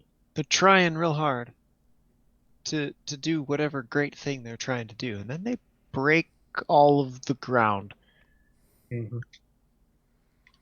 It's like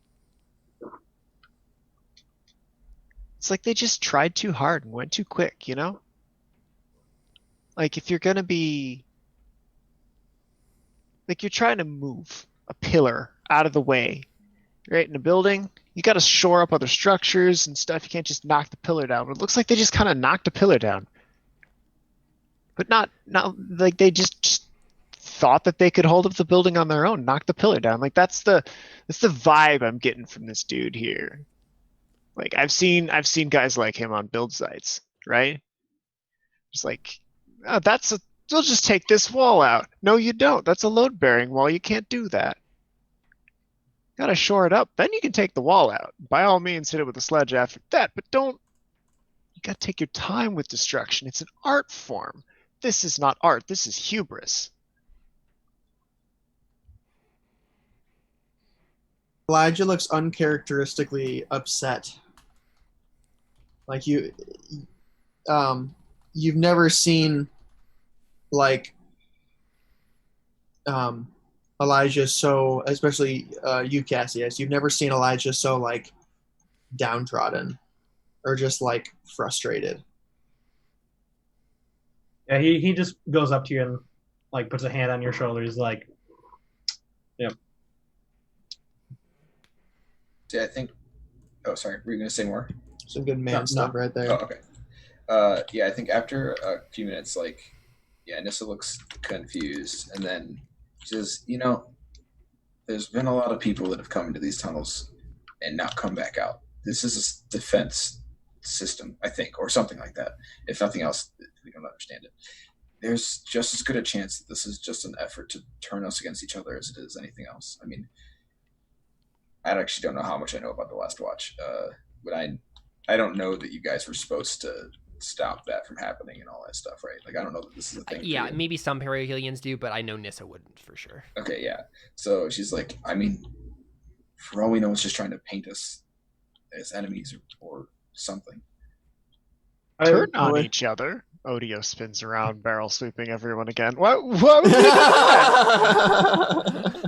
do that? Always the optimist. He glances at David. What's your character's name? Nissa. Nissa. All right, I'm not gonna remember that. I can't remember anybody else. Nissa. Either. All right. Yeah, he looks at you, Nissa, and says, "Always the optimist." This doesn't make any sense. If this was something that had happened, we would have heard about this. We would have known about it. I've never even heard of something like this mentioned, much less it can't have any real substance to it. Well, I say, well, Victor's always right. Write down, or what is it? History's The written by the victor victors. always, yes. Man, there's so much tension in that one phrase right now. Yeah. For real. This doesn't look like a victory. This looks like an atrocity. It almost looks like defeat. For some more than others.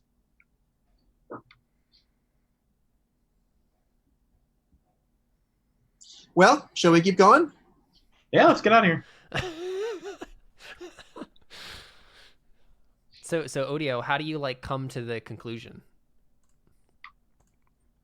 Like, how do you learn this valuable key that everybody's missing here? I think Because I think the assumption in the world is that the Tannerin caused it. right. Right? So Odio Voloman does not like to read. He does not like history. He doesn't really like learning. Honestly, Odio just does what Odio does, and he doesn't really look outside himself all that often. The only couple things he really is good at, and he learns a lot about, are destruction and controlled destruction. So this is a moment of pure destruction, and if there's an expert on that, it happens to be Odio. So he comes in with completely no expectations or ideas at all about what caused the world to be the way it is. It's just, that's the way the world is, you know? Like, maybe that crater in the mountainside is an exquisite piece of destruction done by something, but he doesn't really think too hard about it. So he doesn't have any sort of pre-existing expectations. As far as he's concerned, it's just a movie playing out in front of him. And he's just reading it like he sees it. Not trying to read in any political motivations or some shadowy Last Watch failing in the corner. Like, that's just how he sees it. It's people being arrogant about what they can change and what they can break. And so I think because he's coming in with really no expectations and no knowledge at all, is the reason he sees clearly where the others don't. Yeah. The others are always looking for that shadowy Tannerin influence. Odio doesn't even know the Tannerin are a thing. He would probably scream and hide and then shoot them with his gun. In that order, and probably break something unintentionally. So. Cool. So, do you just leave the room behind? Yeah, that's probably like, either way, I don't think we should stay here. Yeah. And I think, Nissa, I think you get the feeling as a Periclean, right, that like these ghosts are doing this because of the reaction that Azimuth has had, right? It's almost as if the ghosts themselves know that something is wrong and are trying to, like the AI, have realized their mistakes and are trying to figure out what went wrong. Right? Like they're reliving their most horrible moment to try to almost atone. But it's like because of their weird almost like half sentience, right? Where it's like they're not quite there, but they're kind of there. It's like almost like an instinctual thing. They're just like replaying the same program over and over and over again, expecting different results, hoping that one of the times they reenact it, it won't be the way that they thought it. It won't be the actual way it ended, and maybe the world will just be fixed, right?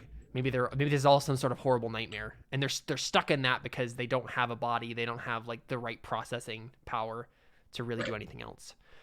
This is probably one of those rooms that they like put these ghosts in, and what just ended up happening is they just started going insane, right?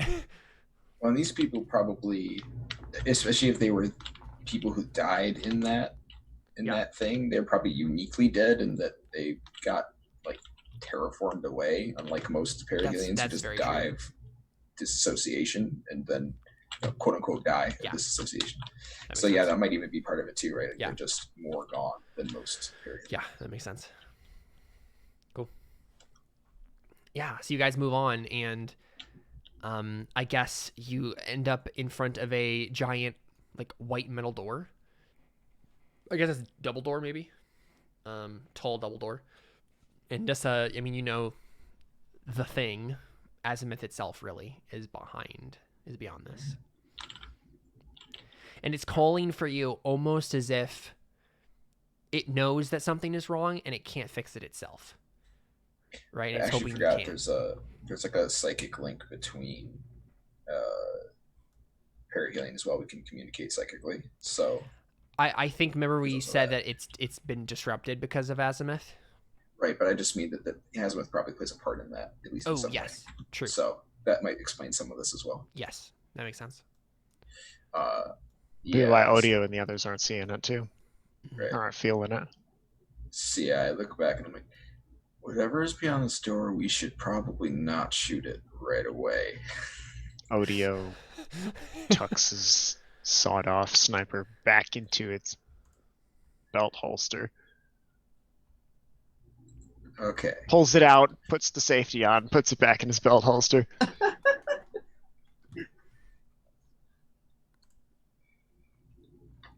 Alright, yeah. Then see if we can open the door. I'm sure it'll be more to it than that, but yeah, I mean, who goes to the door?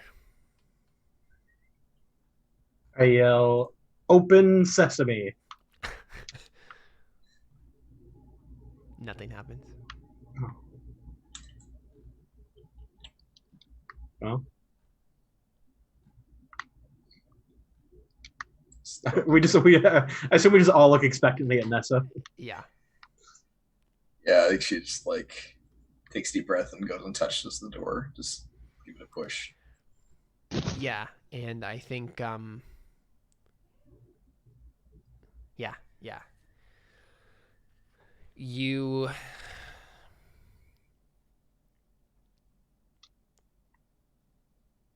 You feel a moment or something is very wrong. You're not sure why. Like it's just this kind of weird, like instinctual, like spidey sense sort of thing. How would you respond to just like this instinctual? You don't know what it is really, but she probably hesitates, like winces, but then she'll just keep opening the door. Yeah. And you open the door, and I guess it's just like mist beyond, right? Like a whole bunch of mist. Just like a plane of mist. Do you walk into it? Like what? How? I freely do absolutely you walk in? into it. Yeah. Yeah, I guess I'll wait to see what happens to him. If he's gonna volunteer. Yeah, I mean, I think there's a slight swirling of the mist that starts. Almost as if he's churned it up, like ripples in a pond. I think Godio just kind of goes trumping after him for a minute. And looks back at the two like, wait, are you not coming along? I mean, both of my guys are in, so I go in. Yeah. Nissa? Yeah, I follow what Cassidy does. Yeah, and as soon as you enter the mist, it starts to kind of like settle again. Slowly. You have like a reverse effect. Like you're unrippling everything. Yeah, I mean, there's mist. You see like a slight glow, kind of like just straight ahead. I touch it. What do you do? Does everyone see the glow? Yes. Cool. I definitely walk towards the glow. What exactly is happening? I went to get water. So Nissa, remember, did her like instinctual like, we're gonna let Azimuth itself decide where we go, and it led you to that weird room first, and then it led you to it. And mainly because Nissa is being drawn to like the center of Azimuth because Azimuth itself is like, something's wrong here. I need someone to help me fix it, sort of a thing. And so you've entered this like a big double white door, metal door, and it opens into this like misty plane basically, and there's like a diffused glow in the distance. Okay. I poke it. Yeah, definitely. I mean, it's like literally like a distance away from you, but you can. It's like glowing, like fog, like a light through fog, right? Very diffused and kind of everywhere. I have my armor on, right? Mm-hmm. Yeah, no, I mean, no one's like towards getting it. burned up or anything. I go towards it. Yeah, I follow. So I think before, like, I tap Cassius on the shoulder before he follows, and like try to get his attention. Yo, what up? Yeah, I mean, I'm something more official leader-like sounding. That's the actual thing I say. Yeah, I know. Yeah, she chuckles and just, on the off chance we get out of here, there's a bar in Nadir I like. You should go there sometime. And then she like starts to head towards the light thing. Yeah. Like, dang. Oh, the half under my breath. You mean the half head saloon? They have half price beers on Tuesdays. But only before happy hour. No? Like ladies get maybe? free, half off. You guys don't know what that is? Yeah. What? And I know, I can guess the intention, but I don't go to bars, dude. Me neither. I just know it. Yeah, Josh, you don't. Monster Hunter. Josh, you don't go to bars. Do I look? No. Don't answer that. Yeah, it's just like, I don't think that's the one. Oh man, they have this amazing draft doppelblock. Oh, Gotta try it. Yeah. Maybe we'll give it a try sometime. For now, we should probably try and survive the. Yeah, it looks that is. like Elijah is running. We should Yeah, he's make just sure like, he doesn't die. go ahead of all of you. Wait to see if he does die. That's me talking, not Nissa. Yeah. I was about to say, ask me out, and then tell me to sacrifice my men. Good strats. Good strats. What option did you choose, David, for like the bad thing that happens with the Wasteland survival? We didn't. Something blocked our way back. Okay, just making sure. So, Elijah, I guess you're the one in front at this point. Eventually, you get to basically what looks like a giant pedestal that floating above it. It's like this big old, like almost looks like just a ring of metal in the ground, on top of like I guess like it's like almost like the base of a pyramid, like the foundation of a pyramid, right? So there's like big, lots of big blocks of stone, all kind of like set together. There's like a little small staircase leading up onto this, basically like a pavilion. There's a giant ring of metal, and like suspended above the ring of metal is basically the sun, right? It just looks like a giant ball of energy. Okay. What do you do? I think I'd make a lore roll. I mean, do you walk up to it? Do you just... Oh. Right, you gotta make As long as I'm wearing my armor, then yeah, sure. Isaac just whips out 2d6 and throws them at it. I'm gonna roll plus lore. Go Pikachu. So the I actually want to see that TV show or a movie where Somebody catches the sun. Dick is RPG characters. yeah. Oh. And they literally roll their dice They to change roll- what's going on around them. That's fine. I'm very uncomfortable. Rolls a d20. I want to sense I'm gonna cast sense motive. Rolls a d20, and then the guy just has to spout what their intentions are. Yeah, the best part would be like you'd have somebody be like, "All right, what do I know about this?" And he rolls 1. He's like, "Crap!" And then he like blinks and he just is like, "I think this is the case." And he's totally wrong. He doesn't know. He's like sweat dripping down his temples. Like he's like, I think it's this. It would be like the tabletop RPG version of an isekai. Oh gosh, that's Right? an amazing idea. Right? Like you can look at your own character sheet, Yeah. you can look at stat blocks for enemies, then you actually have to physically roll dice to determine how the fights go. Great. Oh man, I'm sorry, that No, just you're was an fine. image that was too good to not share. that'd be funny. So Elijah, I guess is the question like, are you just running up to the thing? not running up to it. Yeah. So you walk, you- but you I walk I know up he's the got the stairs. mantle, so I'm just standing right next to him. Right. Okay, so Cassius is like a step behind you, basically. What are the rest of you doing? Elijah's just walking straight up to the giant ball of fire. I'll follow suit after I talk to Cassius. Okay, yeah. I think Odio's going to kind of hang back. Don't really want to get any closer to the ball of fire that is leaving purple splotches in his vision. He should probably stop staring at that.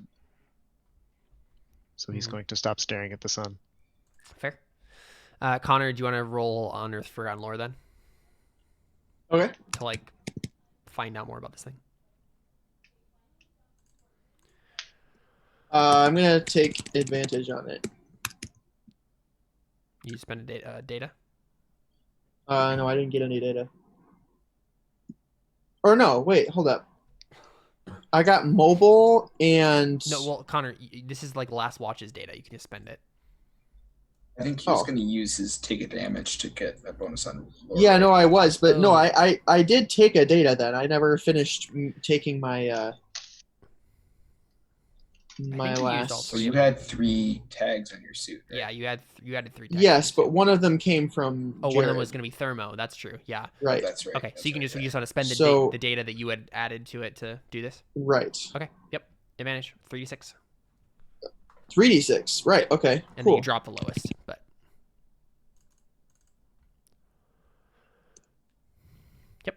Oh, that is a beautiful, so you get 1 data back. beautiful 12.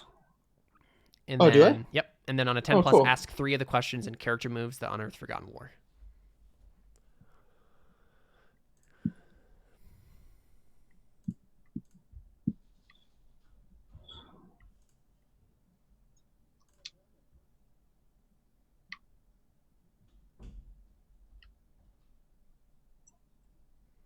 Three questions. Of the 4.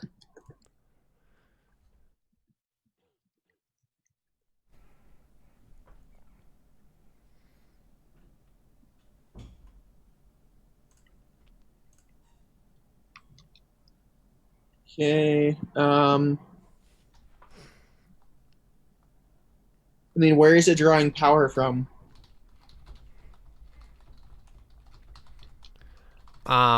It's drawing power from like other dimensions. Like this is like a like David sent me a message earlier, kind of explaining a little bit of this, but he said, I figure it's the heart or source of Azimuth. I think Azimuth, as its literal core, is like a massive dimensional or at least wormholing technology that draws energy or life from other places and siphons it. What? So basically, it's like an interdimensional energy well that just takes energy from like dimensions and planets and whatever else and draws them into itself to power Azimuth. It terraforms things by basically destroying other places and using that energy to change the place it's on. Is the idea. So it's getting its energy from other planets and other dimensions, depending on how. Probably other stars too. Yeah. Yeah. That's incredible. Which is why you can go to the world of shadows from here, right? Like this whole place is like an interdimensional kind of like energy well. Oh. Whoa. That's so cool. Okay. I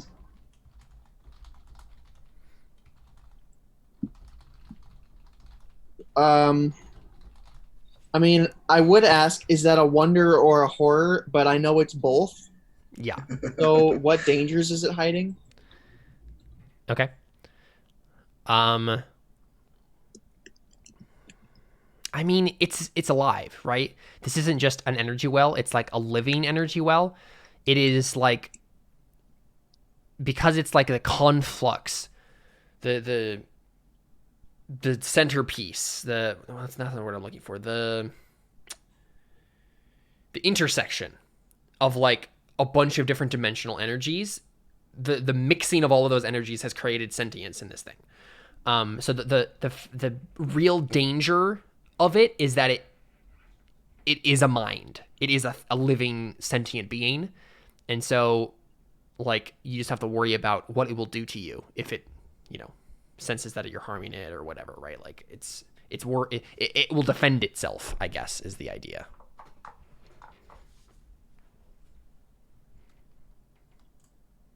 It will defend itself. I'm confused. Basically, like the danger is that it's alive. Okay. Right? So it's not just sitting there, right? It will react. It will interact, it will react, it will do things. It has a will. Okay. That's terrifying.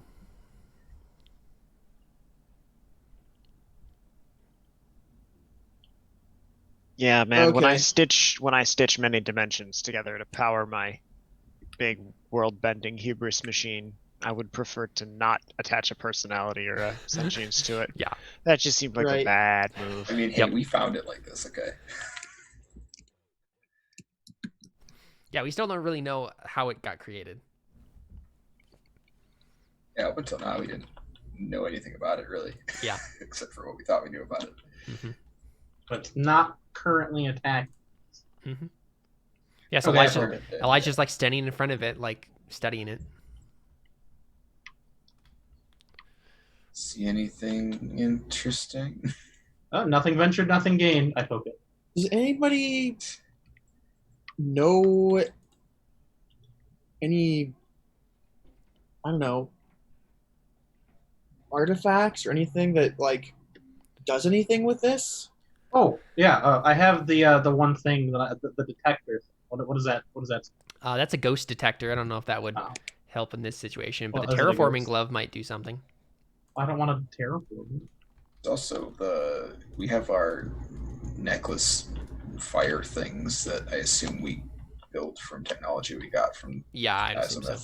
So we could try that. So yeah, I think she like unchambers the gun and like dismounts the it's like a break chamber. So she breaks the gun and then pulls out, like unhinges the jewelry from the chamber. She's like, we could try this. Gonna shoot it? No. She's just handing like a insanely gaudy golden like giant necklace thing to you. I don't know what they call those necklaces that are like cover your whole chest practically because they're huge. Something like that. What is she doing? She's handing you that necklace. Like, oh, okay, she's handing. You could try this, or I guess she could just use it. I don't know. She was presenting that as an option for. I mean, if you want me to do it, was that that Isaac wanted to do. Actually, I guess she's presenting it to Isaac. Yeah. Because he asked. Okay, so when as you're like, so basically what happens is as you're like fiddling with your gun and like taking it apart and then handing it to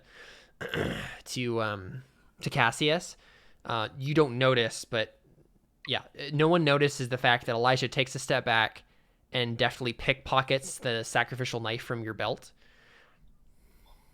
There's not a roll, or did he roll already? He already did, yeah. Oh, okay, gotcha. Oh. So is it just? Am I just wearing it out in the open? That's how he knows I have it. Yeah, Okay. I'd assume so, right? Like it's an important like thing. Yeah. Yeah. I mean, I don't know that she's ever indicated anything about it. Oh yeah, to I know. any of them, You haven't, but- yeah. So Okay. Connor and I have been having a secret conversation here. Okay. Yeah, I just wanted to make sure. So then That's why I kept having to ask questions for Caleb to repeat himself. Yeah. Because I was like typing to- something out, and I was like, "Wait, what'd you just say?" Yeah. So we see Elijah. Suddenly his suit just like does the jetpack thing with his mobile, and he just flies up to the top of the like sun construct thing in front of him. Well, no, I think I What would you do? Sorry, I'm. Well, yeah, okay. I mean, I guess it depends on how, like, I kind of read the room of like. I think I could just say, "I'm gonna check up top," and Yeah, I just okay. jet back. Because yeah, up nobody there. notices the I'm- fact that you pickpocketed this. Right. I mean, I don't think that would be suspicious at all. No, yeah.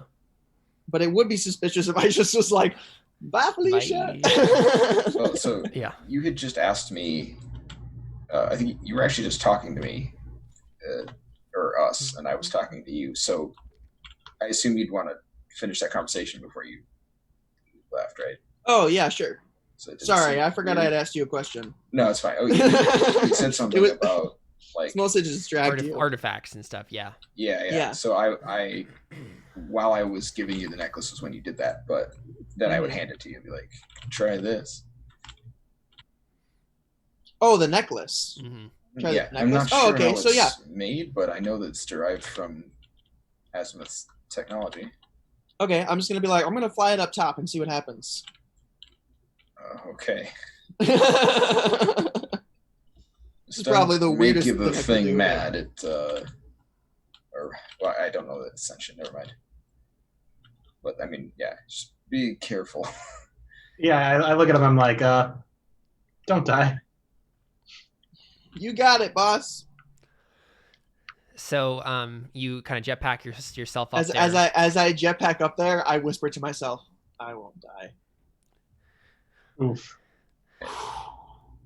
And so you do this, and I think like Elijah, you know that what you need to do is just sink the knife into this thing. I do it. Do I roll for that or anything? Yeah, I mean you're unleashing you're unleashing doing a device Storm or Rider, whatever. Oh, I guess. Yeah, that's yeah, Yeah. that's what you're doing. right. Can So there's no Can roll I for ask a this? question Yeah, go first? ahead. Mhm. So I'm investigating, just kind of looking around. If this becomes a scene of corruption, does it trigger my Oh yes, inherited yes, move? yes. And can I Mhm. ask my question before things resolve? Yeah. Okay, cool. So yeah, Storm Rider, Elijah. Basically, it just happens, right? It's not a roll. What? Yeah. Oh my goodness So gracious. when you commune with a place of power, its energy bursts free and does roughly what you wanted, but there are always unintended side effects decided by the GM. Oh, okay, It's like you perfect. always What do roll a you 7. want it to do? I want the power of this sun to go inside of me. That's not a bad way to word that. You're just going to explode. Not be the way you want to word that. Okay, that's fair. I want to be empowered Yeah. by the power There you of this go. sun. I want to absorb the power of this sun If you become and use it to Superman, my I own quit. will. Say it again, David. Said if you become Superman, I quit. Just kidding. And if it destroys the entirety of the Last Watch in the process, I'm totally okay with that. Oof. The only reason I'm not making that my actual goal is because I think it'd be really cool for a guy to absorb the sun. And also, I don't want to just destroy Jared's entire faction in like the first time he's played this entire like. You'll time just we've destroy been my playing faction. I see how it is. And like half of my most of my faction isn't in the city. Yeah, Like, this is just oh, we're in. people. Oh, Yeah. This well, won't yeah, bother no. much at all. It'll just kill Right. the main character. That's it. Right. Okay. Good point. Yeah, his faction will be fine. Yeah.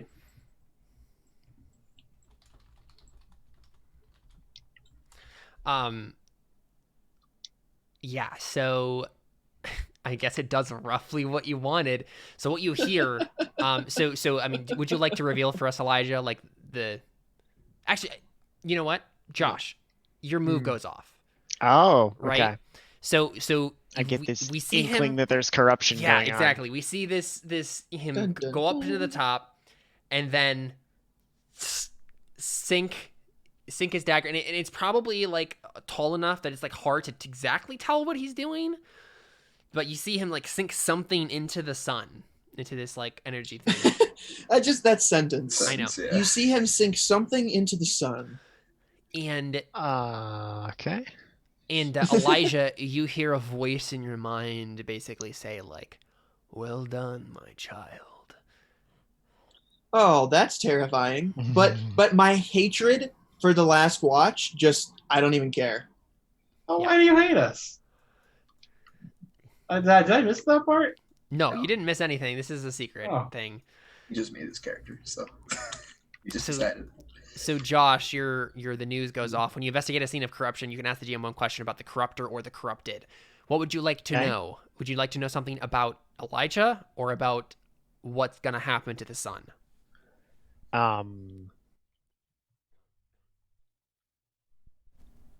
I would like to know.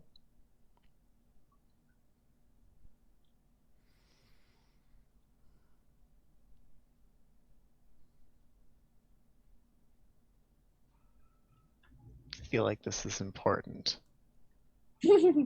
Because if I word this wrong, you're going to reject it out of hand. Caleb, did I own that? Did I get that data back again You did, yeah. for that roll? Okay, cool. Don't worry, Jared. You'll get a lot of data. Yeah. Thanks, dude. You're welcome. Um, I honestly didn't expect to get this far. I didn't expect you to either. I didn't see any signs of him needing to be stopped. Other than Connor kind of I knew chuckling Connor to was being himself the whole suspicious, time. but Yeah. Right, Like, yeah. there was no reason for Odio to do anything about it. No. right. We've already established the guy is a tabula rasa, but I didn't want to name him tabula rasa because that would be a little too on the nose. So I named him Hates Scrolls instead. It's literally his name translates That's Hate so funny. Scroll. But are any of us seeing what's going? Are we? Oh, Josh had to Odio ask has Yeah. noticed. I just Josh have yet to did come the up with the thing. right Okay. question to ask in this moment. And I assume David and I are like watching him. Yeah.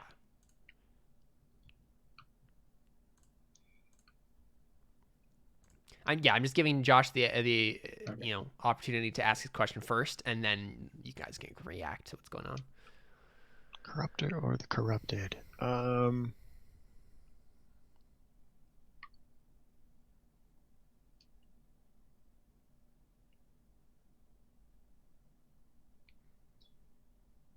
Can I ask?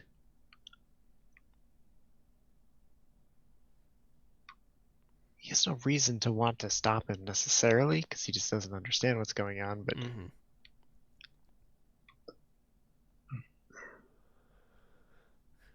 like I'm trying to decide if it's even worth trying to stop him. Mm-hmm. I really want to see what's going to happen next. Right? I think it's definitely possible, just as a player thing right now, it's definitely possible to stop Elijah from doing this. His thing here is gonna start a process, but like you could try to stop the process from completing. No matter what, something is gonna change about Azimuth because of this. But like, Oh, I can ask about the corrupted. Yeah. Is there malice here from who? from the sun? From the sun? No, not really. Like, It's like it's almost like the reaction that's happening from Azimuth right now from this like sun thing is just like shock and surprise and like what, like basically like the moment that the caged animal lets down its guard, you know, because it's been abused so much, and then someone has its guard be let down, and then the abuse comes again, right? It's that horrifying moment when There the you dog go, gets Connor, you're a kicked. puppy kicker. Yeah, it's that horrifying moment when the dog gets kicked after it hasn't been kicked for a while, and it almost is ready to trust people again, and then it resets everything. I'm gonna make that Does way more David depressing sense than it was. anything? I think if Odio somehow managed, he must be somehow extra in tune with emotion or something, Yeah, if not necessarily aware of it, because I think he just straight up breaks down weeping. yeah. Maybe he's there. Yeah, no, never mind. I think Yeah, he even shouts, "No!" And then yeah, so you guys see, basically he stabs the knife into the sun. Odio just breaks down weeping, shouts no, and then the energy of the sun just starts pouring into Elijah. You feel like it starts to go into every orifice of your body, and you feel like Perfect. your soul, mind, and body are all being expanded past their Perfect. normal limits, and you're It's the, just about to like stretch into oblivion, but like somehow the you're shard. holding together. Yeah, you're ascending. Ascension. That's what it is. Yes. Become everything Yes. for a split second. You put the planet too far or too close to the sun. You're like, oh crap. I'm going Super Saiyan. Right? Well, that's probably what happened when Iskander tried. Super Saiyan, is that what you said? I think he said No. Super Saiyan, but I think Super Saiyan was what he meant. That actually might Yeah. have been what happened when Iskander used the terraforming technology. Yeah, that's probably Right? true. Yeah. He may have He taken hold realized- of the shard, right? Yeah, I mean, technically he still has it, right? Because he's basically just a mini version of this thing now. He's like the sliver of infinity now, right? He's been touched Yeah. by it. Great. But like, this isn't actually shards. No, it's not an actual shard. And It's- shard world mechanics. No, it's less like a piece of God and more like a piece of An the idea. universe's energies, all like a various universe energies all smashed together, Yeah, I mean, this compressed thing is so much that it created a person. Yeah, Okay. it's inherently connected to all these places that it's drawing things from. So he's essentially just becoming assimilated to this consciousness, at least some, I assume. Yeah, it's have more like a piece of Nirvana than it is a piece of God. Right. Okay. Yeah. I do have some ideas of like why this thing exists and what it is, but we'll Sure. talk about it later. 'cause I don't Yeah, I think mean, there's we'll find plenty that out of now. Hellbreaker Sequence to figure out Yeah, details exactly. about it too. Yeah. Yeah. So yeah, what do you guys, Cassius and Nissa? How do you respond to this? Well, I think at this point, Cassius is just like terrified and like flashing back to Yeah. what we had just seen in the nanobot hologram room. Yeah. And he just says, "No, not again," and he just unloads. Yeah, you're just gonna just. I was gonna cut say it I don't down. have my gun anymore because I just deconstructed it. So You did, yeah. I'm just like odious kill, or Odio. what? Dang it, Odio. Odio. Like Odious would have been too on the nose. yeah. Odium. yes, I it's think- sodium. At that point, Odio kind of snaps out of it a little bit, pulls his gun out of his holster, and tries to sight in with his terraform shotgun. Yeah, so Wait, I He's not think, that far away. Yeah, but like, yeah, so Oh, yeah. Cassius, I want you to make the main role here, and then if you need help, then Okay. what's his face? Odio can help you out with a call for aid Okay. move. Because also Odio is like still getting over his like weeping fit, like he's gonna be Right. like trying to get his gun ready. I'm going to take like as this is happening, I'm going to use like my my ability Red and Tooth and Claw. Nice. Okay. And You that's, take a few moments to size up your target, roll +4. So you're just like you're loading your sniper rifle and setting aim, and then you're just like taking a few moments to just be like, oh no, like I am gonna take in every part of you and then find your weakness. And I'm gonna use data to Okay. Yep. make it 3. Spend the data. 3d6. Drop the lowest. +1 with your force. Okay. So 10. That's a. Well, it's a 9 because you Plus dropped the force. 1. Yeah, but you dropped the 1 because you dropped the lowest. Oh, okay. Yeah. And Josh is helping, right? But yes, Josh can technically roll here to like increase your roll. Okay. I can roll in a call for aid, yeah. Yeah, so call for aid. Yeah, go ahead and roll. I guess it's just a roll. It's just a 2d6. I No other could bonus. roll force, as I'm also shooting. It doesn't like. Oh yeah, It it sa- rolls an yeah, appropriate right, stat. 'cause it says roll plus an force. appropriate Yep. stat. Okay, I didn't read that part. Yep. Go ahead.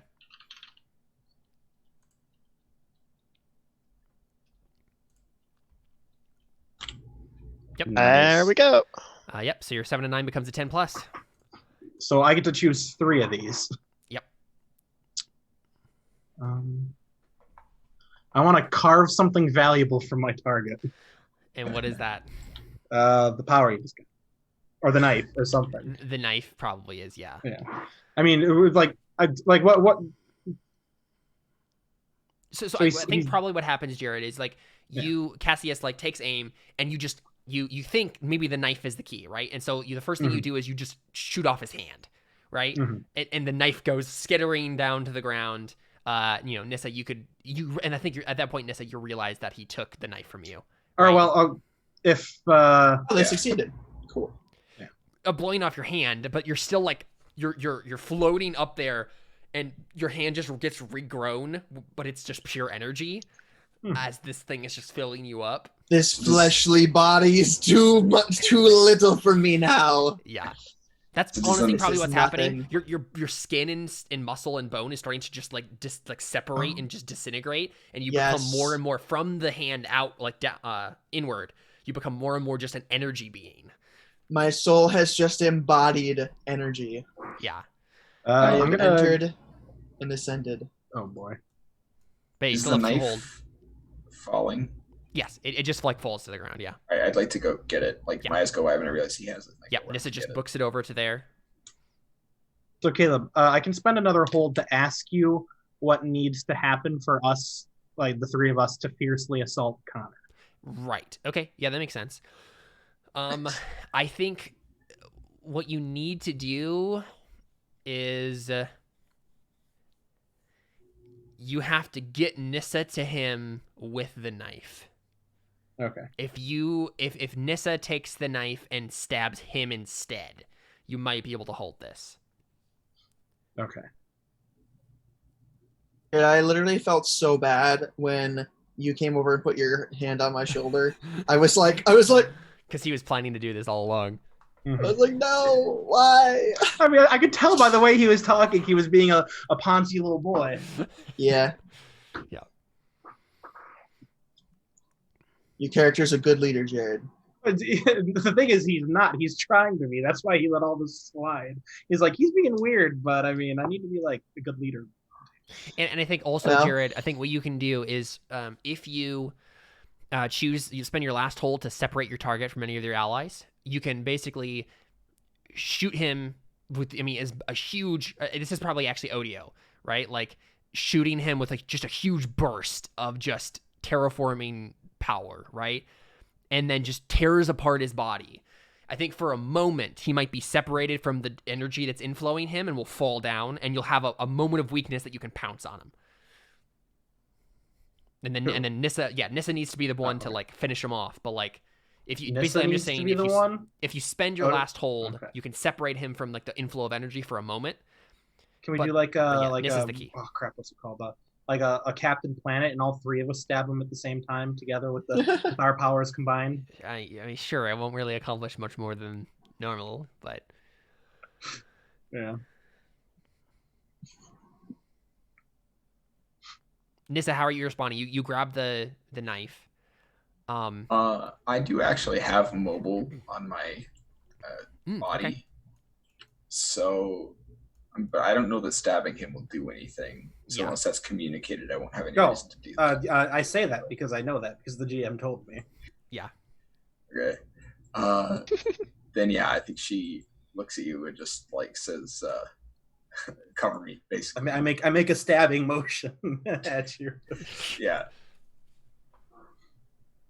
Cool. Nissa, I think when you pick up the knife, you feel like a smug sense of satisfaction from it. Oh, David froze, I think. Yeah. Because he's still smiling. Creepily, say. honestly, at this point. That's a long smile. Like you just realized that the dagger was trouble or something. All right, give me 1 second. I'm gonna step out for just a quick second while we're waiting for David.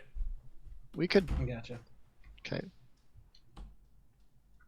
So, Well, let's plot behind kids back. oh, okay. What do you want to plot about? His downfall. How we're probably gonna plot how to go to Idaho and kidnap Tara.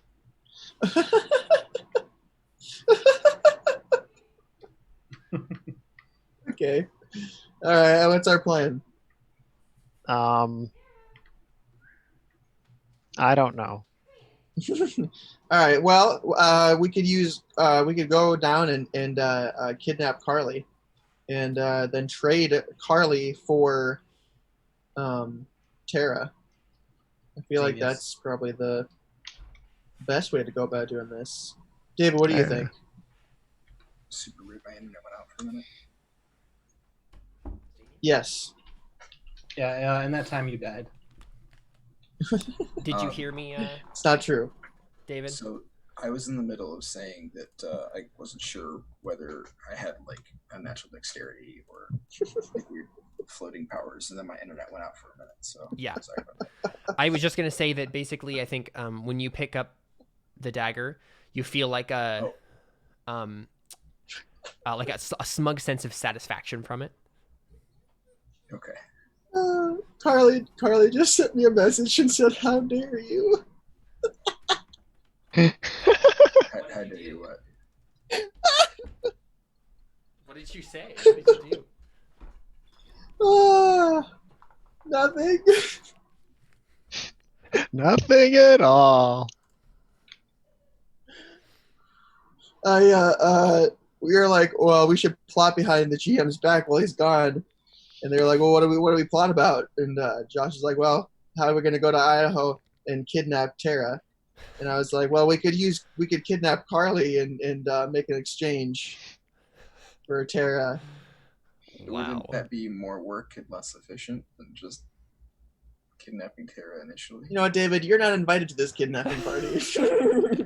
As of right now. Jared, would you turn your video on? Oh. I just switch people around. Yeah, Nissa, you grab this, but was your plan to just like fly up as well? Yeah. So I told Cassia to cover me, and then I was gonna just like zoom as fast as the mobile will let me. Cool, perfect. Towards him. Yeah, I think I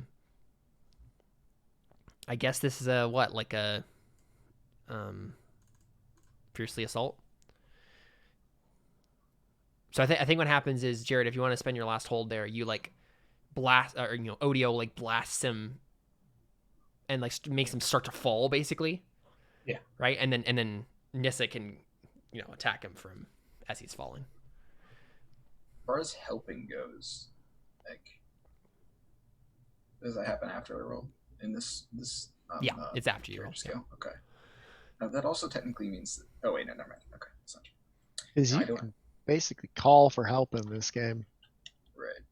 rather than in like Burning Wheel or something where you have to declare ahead of time. Right. Yeah.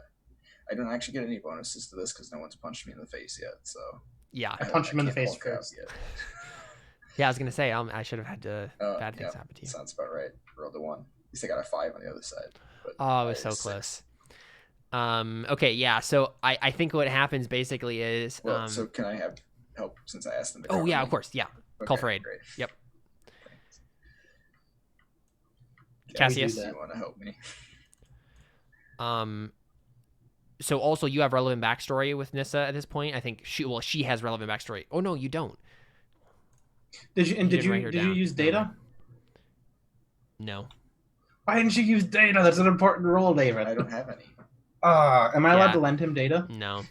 That's sad. You can spend a data for this one if you want to. Oh, okay. What were we saying about back? Yeah, it says if the helper has relevant backstory with you, they take advantage on the roll, but technically neither of you have. Well, technically, I had backstory with him as Yeah. an element of Beirut's. Yeah, I don't think that counts. And we're like secretly kind of infatuated with each other. Yeah, but like there has to be like there's an actual thing on a character called backstory. So I mean, I have an empty slot. I could put him on it. Yeah. Have you experienced loss and barrier scars? Yeah, that's totally your character. oh yeah, that's true. Yeah. Okay, yeah, that's fine. All right, cool. So you can take advantage automatically without having to spend data, Jared. Nice. That way Josh can spend data to get advantage on his helper roll. Wait, can I get help from multiple people? I mean, sure. I don't see why not. Okay. You can increase it by 2 categories. That makes sense. Yeah, so go ahead, Cassius. Would you be a gentleman and roll that for me? Yeah, I can do that. I'm definitely not fighting a monster in Monster Hunter.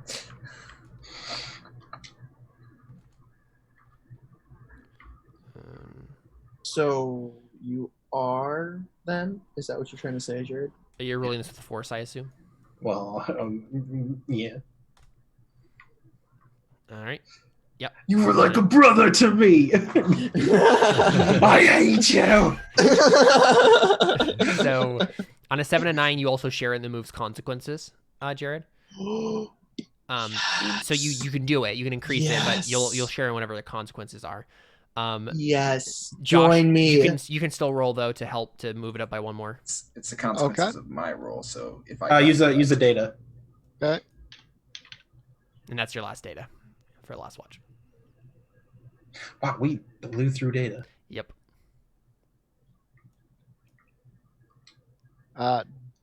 3d6 d1 plus 1? 3d6. Yeah, D1 would work. Yep. Mm-hmm. D1 plus 1. Because we don't want the K2, we want the D1. I mean, it works the same way. It's keep 2 or drop 1. It's the same roll. Yeah. Well, that was an 8. So same thing. You can increase it, but you'll share in the move's consequences. But if you do, there won't be any consequences. I mean, there will because it's a fiercely assault. There's always at least one thing that happens from the GM list. We're gonna become gods.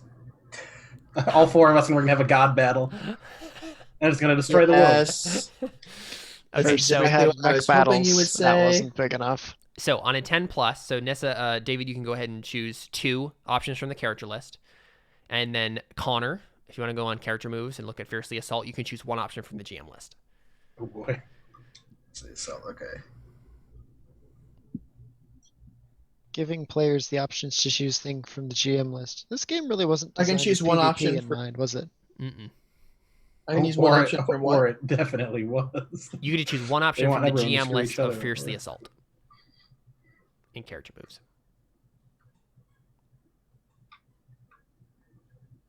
Like the scavenge device, and then inflict savage terrifying harm. Okay. Oh. Dang it, I'm dumb. What? I should have used my vibration glove.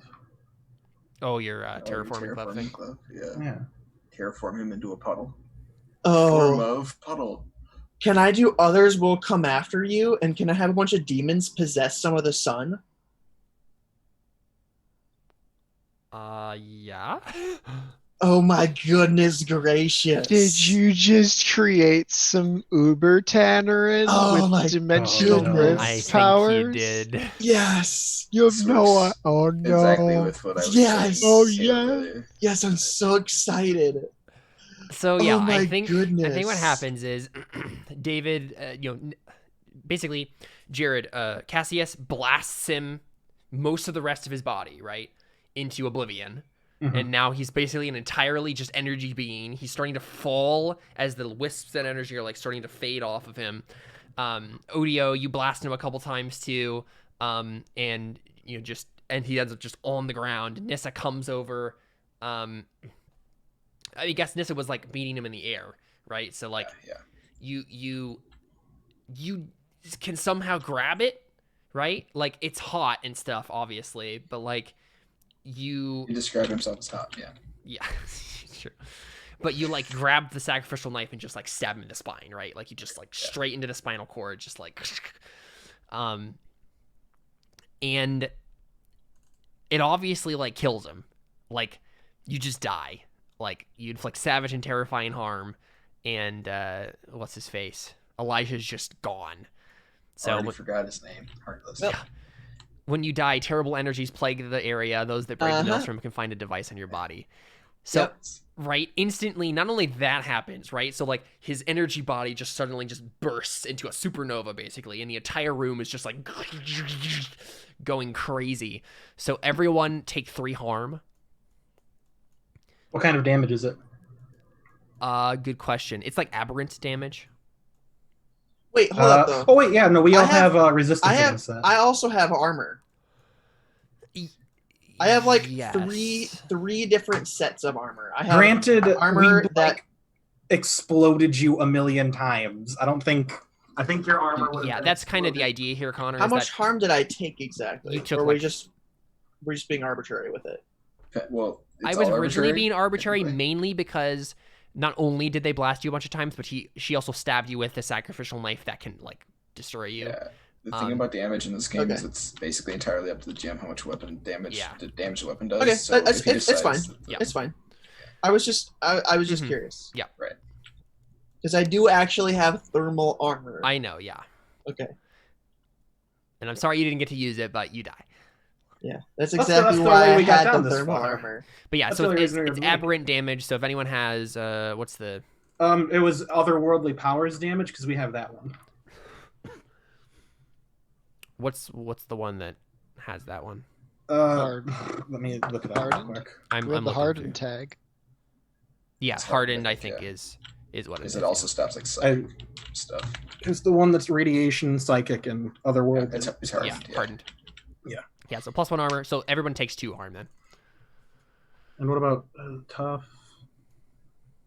Time I Yeah, it's just hardened helps here. I'm a boss. So you're Odio is drained and winded. I get messed up really fast. I started out with twisted joints, and my second one is torn flesh. Well, to be fair, we were all within one. Yeah. Both me and David were within arm's reach of Connor. Yeah. So do we get mantle? Oh no. Yeah. The thing is, by the time this happens, like his entire body is like destroyed and his armor. So Yeah, no, that was definitely a joke. so I love, man, your playbook, Jared. His harm boxes, first 2 harm boxes are on the defensive and out of ammo. Like That's amazing. Jared didn't get hurt at all. He's just his terraforming gun needs to be reloaded. Or I guess he's out of ammo entirely, but you know, Awesome. he hasn't actually been hurt at all. Yeah, I get pretty messed up. I can't mark the boxes. I can do it. I guess okay. So yeah, I want Just to do what I do and use the marker to do it. I want to mark the physical boxes if I could. What are the physical what are... Because I have 2 damage tracks. One is for mental, one is for physical. Oh, I got it. Yeah. And I think I get to pick, or maybe you just decide which No, one you is. get to Obviously, physical makes sense. So. Yeah, you have twisted joint and torn flesh. So you'll probably land wrong. And there's just like Got blown up, burns. basically. Yeah, like torn burns everywhere as the blast hurt you. But now basically there's like a solar flare going on from the sun, right? And it's just like warping around the room sort of a thing. I get a device from the attack as well, right? That was my other thing I picked. Oh, yeah. So, I mean, I think you basically just scavenge the device from his body, right? That's probably what it is. Like, the device that gets destroyed, or that appears when he dies in a terrible energy. Yeah. You get it. So can the device be like the dagger, but with magical powers or something. Sure. Yeah. Yeah, does David not get his magic powers? No, The powers but not I think the transfer to knife. David? I think the knife has more power now. Yeah. Beans. So the hungry sacrificial dagger has now gained power. Yes. Yeah. The A certain eyeless leader of the New Harmony would be very interested in getting his Mhm. hands on something like that. So then you see, as the solar flare is going on, you just see like the sun begin to dim more and more, right? And then glowing like silhouettes start to just step out of the sun, right? And suddenly there's like a whole like ragtag army of them starting to just pour out of the sun. Ask for recruits.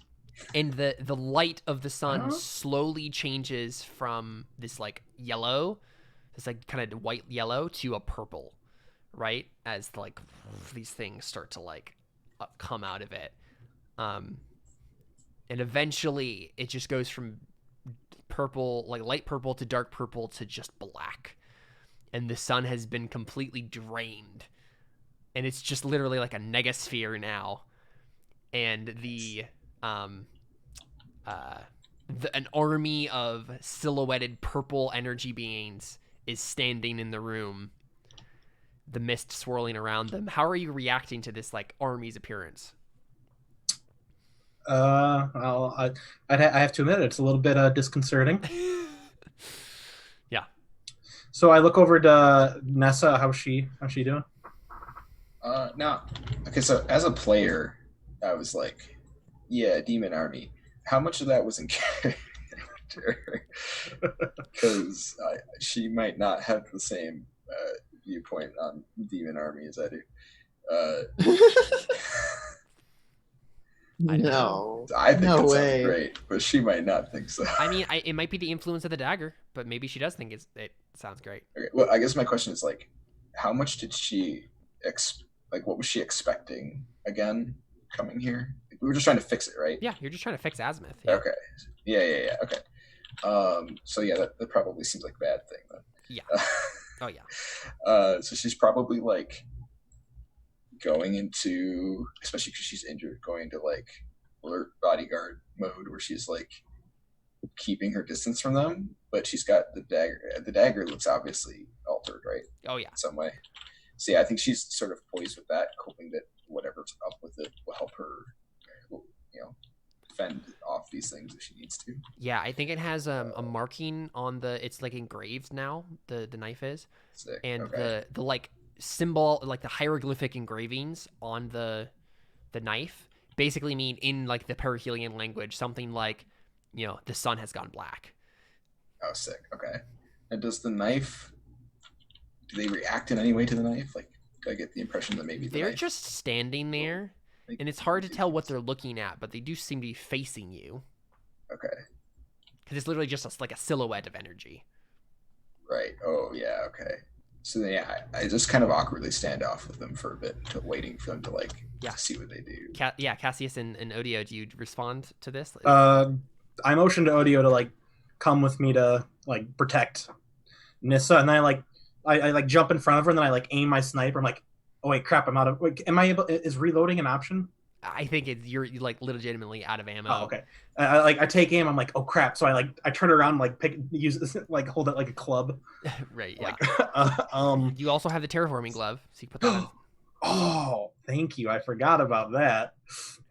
So yeah, never mind. I sling that back and I do like a judo stance. And like, I usually don't do this, but like, what's the plan? How do we make the sun again? Audio probably panics and shoots them. Yeah. Okay. I think he's just gonna drop a big ball of destructive terraforming energy square in the middle of the formation. Okay. Yeah. Roll fiercely assault. Oh boy. What's your death move, Josh? Agent, when you die, reveal your mission's final step. If your party does it, the mission succeeds. Oh, that's pretty helpful. Yeah, roll force for fiercely assault. All right. Ooh, nice. Okay, yeah. Oh, boy. Choose 2 from the fiercely assault list, and I'll choose 1 from the jam list. All right.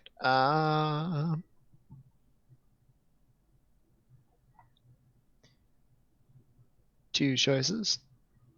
You inflict savage, terrifying harm, frightening, and dismaying your foes. Your avenue of escape is clear. Ooh, nice. Okay. So I think the option I'm going to choose here is you take harm as appropriate. Okay. And the thing is, these are like energy demons. So I think that like the avenue of escape here is death. Right? Like I think Odio, like I think I'm gonna give you a choice here, Odio. Like the harm that Okay. you would actually take from this is like 3 or 4. So that's gonna kill you. Actually, Ooh, no, we'll say can 3. We'll say 3 because you have hardened. That's right. Okay. So I think you take 2. Because I think, yeah, I was gonna say there's no way it would just be 2, but if I can say 3 and then have it be just, it will end up being just 2 for you. So you don't Okay. die. If it was Yeah, 4, go I ahead. do have a thing that I could do, but it has to kill him for me to do it, or has to be able to kill him for me to do it. He Oh, won't die, okay. but- Yeah, sure. Let's dig into the martyr stuff. Yeah, let's say 4. So I have the candid gaze. When you shield Yeah. another from death, gain Right. 2 armor. When you have a quiet moment to tend to the wounded and despairing, heal them of all emotional and psychological harm, and take it for yourself, marking 1 harm box for each of theirs you heal. So I think this is just the first part. Yeah. So when I shield another from death, I can gain 2 armor. So I'd like to try and interject myself between the creatures and him with the dagger. Yeah, so basically what is happening here, right? You're just like letting loose and giant terraforming energy on these energy beings, and they respond, right? And they just like I'm trying to think of the way they would move. They would probably move like they were just kind of like shambling out at first, but like I think their battle movement is more like just Or like blurs. my mobile version, right, where they like float weirdly, like. It's probably more like Propel blurs, like it's Okay. like a starfield passing by you suddenly, right? Like as you go into hyperspace, it's like the weird like light blur, and then and it's suddenly there. Right. And so before you know it, Odio, there's like a bunch of them in front of you, and they're like grasping at you and just like burning into you, and then yeah, whatever Nissa wants to do to stop that. Yeah, so I guess I just sort of like, again, she's a bodyguard, that's her thing, so her instincts kick in, and I think she just sort of sweeps into them with physically, but also with the knife, just to try and like create space between them and him. Yeah. And I don't know if the knife does anything to them, but yeah, basically she just, which obviously doesn't because I'm just defending him. But Yeah. So you actually don't take the 2 harm then, Josh. Okay. And instead Nissa's taking all this harm for you. Okay. Right. So I technically get 2 armor just for doing this. Yeah. So I think you just take 1 damage then, right? Yeah. So with hardened, and then with the 2 armor, if it was 4, then I would get 1. Yep. Yeah. So you take broken bones then? What is my first mental Anguished. box? Anguished. I'm gonna go with that one actually. Okay. If you don't mind.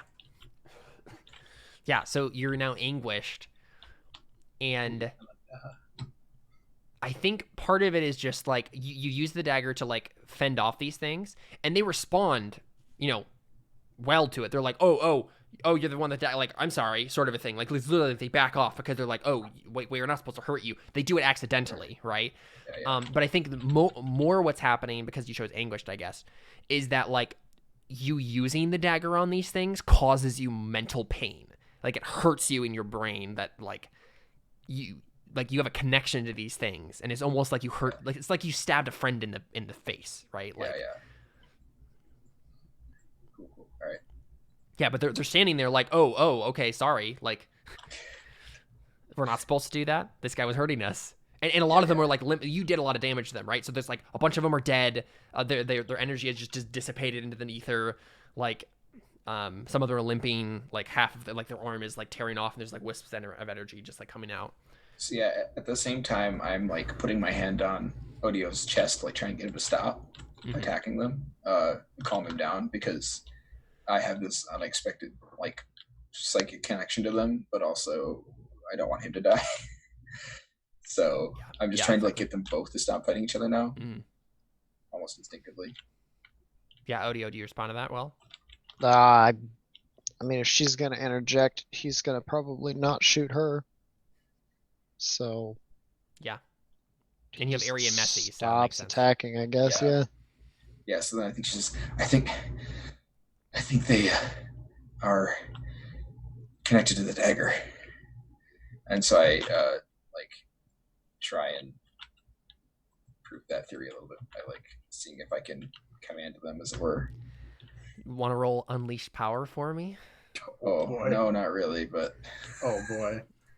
Has this ever gone well for you, David? nothing ever goes well. All right, here. Okay, what is that? It's plus lore. So that's just 0. Here we go. Oh, thank goodness. I still rolled a it's a 1, but 7. at least this time I also got a 6. Okay, so out of 7 to 9, pick 2 of the 4 options. Oh, right, yeah, okay.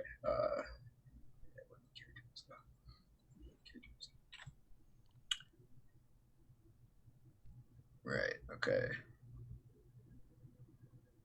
Okay, I want it to do exactly what I want. Oh, geez, okay. Yeah. There's a bunch of bad things that can happen. Yeah.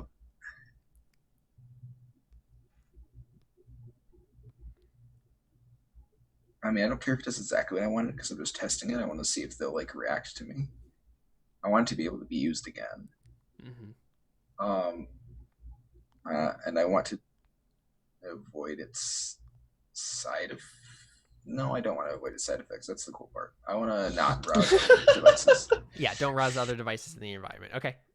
So yeah, it doesn't do exactly what you wanted, which means like they respond to the dagger, but it's not like a literally mental control. Like you can't just mentally command them to do things. It's like you have to like talk to them, right? Like they're the actual sentient beings that need to be like spoken to and given orders and then explained those orders and convinced that those are good orders, like that sort of thing. Yeah. I think. Oh, sorry. Is there another thing? And then the side effects, I guess, would be.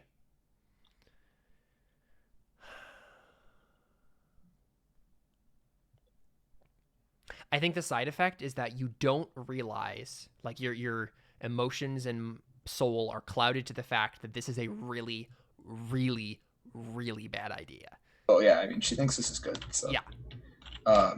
That part of your brain that's screaming at you not to do this just gets pushed down further and further. Yeah, I think she even like whispers to herself like, maybe Vader's was right. Yeah. And maybe he was. Yeah, maybe demons are the answer to everything. See, I think she even says like, who are you? Because she senses that they have intelligence and she can't just command. So she tries to communicate with them. Yeah, and they speak to you, but it's less. It's so normally, right? Like with the Tannerin we've seen before, the like baby Tannerin, they communicate with basically like a smell. Right. Yeah. These things communicate with like. Help me out here, Josh. So what would be an interesting thing like related to energy or like electro magnetism. What's the word I'm looking for?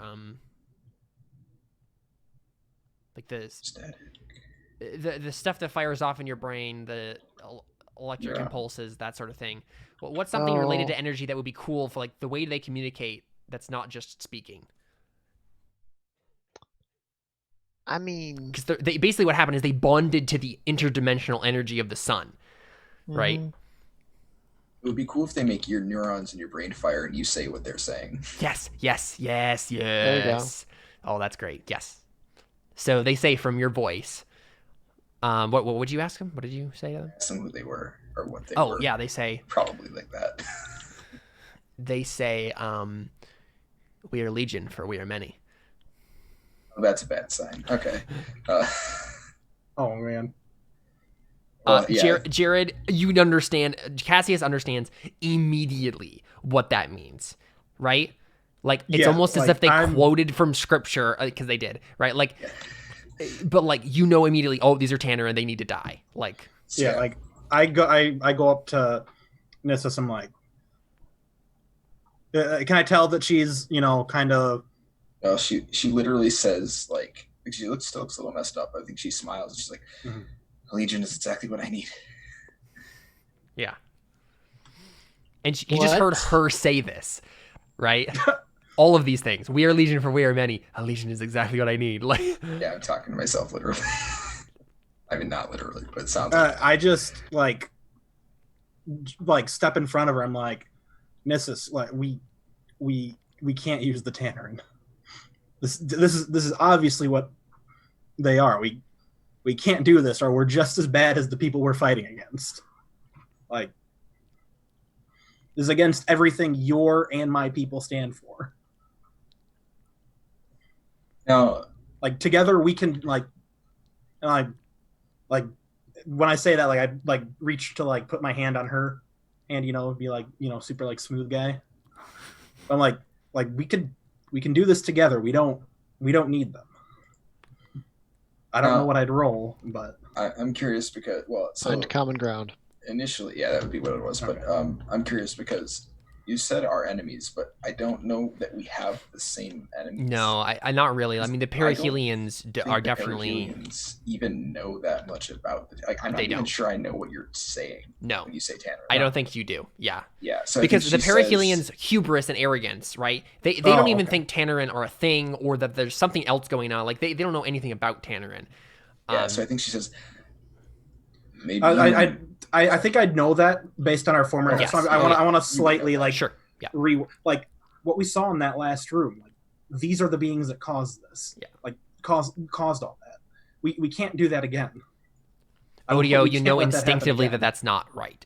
Right? But I know it's not. I know it's not. I know, right but like either, I'm just saying, like Odio understands the conversation right now, and he gets that that's not true. Mm-hmm. But like, in at least in my mindset, I feel like if we go down this route, something similar is going to happen. Yeah. But I mean, you would probably still fall into the same old expectation that the Tannerin were the ones that caused it. Odio at this point is the only one who really has seen clear enough to know that it was purely hubris. There was no demonic anything beyond it. Yeah. He realizes it's more than just. Well, he thinks the Tannerin's to do with it, but we had like the TV screen area scene where we saw that there was definitely a bunch of human involvement. But I think I do think there was at least some Tannerin involvement in that, so it's not a complete lie based on what I think. Yeah, I mean, I think in that case she looks at the. So I don't even know what a Tannerin is, right? We established that? I just want to make sure. You've probably heard the word, but you don't really get it. Yeah, basically, like they're demons. It's literally as if a person from another religion that you've never really studied said something like some sort of mythological creature from the religion that's bad. You're like, okay, yeah, I know you believe that, but like. Yeah, so she shakes her head and she says, I don't know much about Tannerin or if they're even real, but I didn't see anything like that in the room that we saw. It was just perihelion and some. I don't know. I don't think I saw the guy, the last watch guy, probably. Yeah, that probably didn't stick out to me. So yeah, and I think she says, either way, look, I don't know what happened then. I don't even know if what we saw was true, but I know that the situation we're in now isn't going to get any better unless we change things around drastically. This is what Beirut was talking about. He said he had an answer. This is it.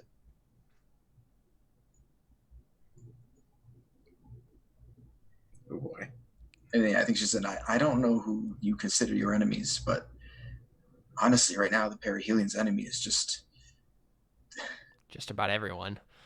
Yeah, basically, yeah. It's just right now we have more enemies than friends. Everyone is at least some people in every faction we can count has something against us. Mm-hmm. We need something to even the playing field, or we're not going to live much longer. Ed Beirut knew that. That's why he gave me the dagger, and that's why he said he had an answer. Oh boy. Is there a way for me to convince you? Like, is that like a plausible thing, or is she like set in stone? No, I mean, no, I'm going to try to convince you anyway. I just want to know. Yeah, she has a lot of misinformation. So if there was some way you could clear things up and prove them to her, which would be difficult but not impossible. Like, yeah, it's just because she's operating on inaccurate information, kind of. More that she doesn't understand anything about the Tanner really is the problem, and she doesn't have any way to understand what you're saying. So if that was something that you could change, then maybe that would help. I don't know. Okay. I mean, if nothing else, you could convince her maybe to like. I mean, I also have my trump card because I just made an alliance with the robot angels. It's true, yeah. Which I'm definitely going to bring up. But I'm just sorting all of the options. Yeah, no, she's definitely could be convinced. I think it's just that with the information she has now, she's set in stone, but her information's wrong. So, or incomplete at least. So I point to the like. I don't know the term for it, but I throw my arms at them and whatever. Yeah, I'm sorry. My brain broken. It's been a long day. It happens. But yeah, I motion to the demons. I'm like, these monsters, these demons. I've spent. For it. Yeah, but no, I'm trying to explain it so that descriptors. Okay. I thought maybe you were trying to remember the name. All right. Good. These demons, I've spent my entire life, my entire order is spent ever since the fall. We have dedicated our lives to fighting these monsters. And you may think you're alone, but you have me and my entire order now. We're all on the same page now. I solved that problem, and I wasn't going to bring this up now. See what trump card and all that, but I've brokered an alliance between us and the Forgotten Heralds. Now, to be fair, you would probably know that up until now, the Forgotten Heralds and us have had basically nothing but bad relationship. So, I know. I'm just making sure this could backfire. I don't really know, but that will probably sound bad initially. But obviously, you can explain it. I just want to make sure because you would know that we've had only negative interactions. Yeah. Okay. But the fact that I managed to broker a peace between the three of us is probably mind-boggling to you. Yeah, I guess I didn't know that we were included in that piece. Okay, sorry. I didn't really know that either. Was that your assumption? Well, I feel like that's what Cassius would say, but I don't know if that's necessarily true. Yeah. I guess we didn't necessarily I guess I didn't specify, but in my mind that was at the very least, the Forgotten Heralds know that you right now you are working with the Perihelions, and so at the very least they allied you with you, knowing that. Right. Mm-hmm. So there's some aspect of that they're not completely anyone who even touches the Perihelions has to die sort of thing, right? So yeah, at least there's that. And Iskander and what's his face? Oh, what's your other character? Beiruz. Iskander and Beiruz are both gone now. Wherever Iskander went, but they're gone now. The two of us together, we can lead rule the galaxy. There's so many names that we could take the Perihelions in a new direction. We can do this. We don't need them. And I want to use the new ability that I got. Oh right. Yeah. Hunter for hire. I want to put on a display of power that we can do this. I want to use my glove to disintegrate all of the floor underneath the unleash power. That's a roll. Except a little pathway that's leading to the ball. So I want to find a way to fix that. Sure. Yeah, roll unleash power. Okay. It's plus lore. Oh. Well, that ability won't work. Because it's I'm trying to find common ground. Right? No, I know, but you have to. Oh, okay. Yeah, if you're using your combat skills as leverage here, but you're doing it in the showing the terraforming technology with the glove, you have to actually roll to use the device. Yeah. I just need to find that now. It's under one of the things. Unleash power.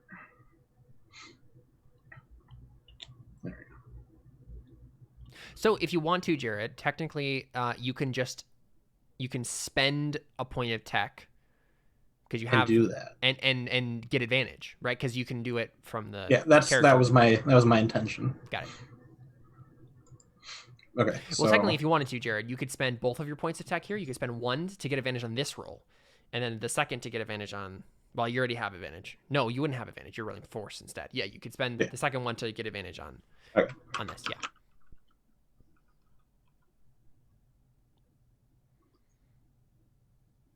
Okay, yeah. So it's a 10 at least. Yeah.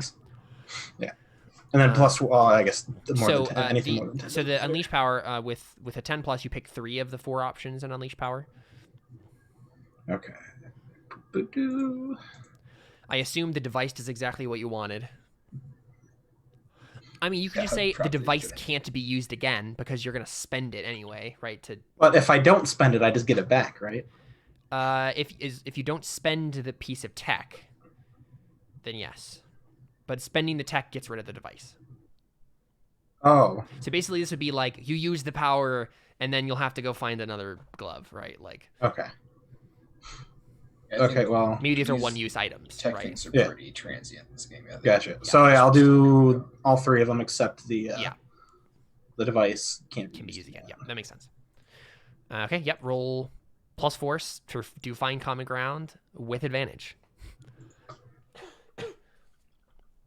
Now, is that only if he's using force, like if he's threatening me? No, it's when you find common ground using your combat skills as leverage, right? So it's like, I'm super competent. We can do this together. That's the idea. Another 10. No, it's a 9 plus 1. 9 plus 1. Yeah, you're right. Okay, cool. All right, so 10 in that character move and find common ground. They pick 1. So David, go ahead and pick one of the conditions here and find common ground. I stab you in the neck. I think that's some of the conditions. I don't think so,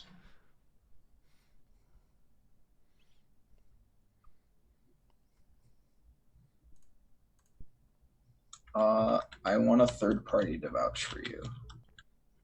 I want proof that the Tannerin are evil, right? So, and we can roleplay that out, but that's the one I'm picking. Mm-hmm. So you said you had that basically we don't need them because we're strong enough with you, and also we have or you brokered a peace with the angel people, right? That was what you said. Yeah. Okay. Yeah. So she says, "Look, I don't doubt what you can do or what the watch can do.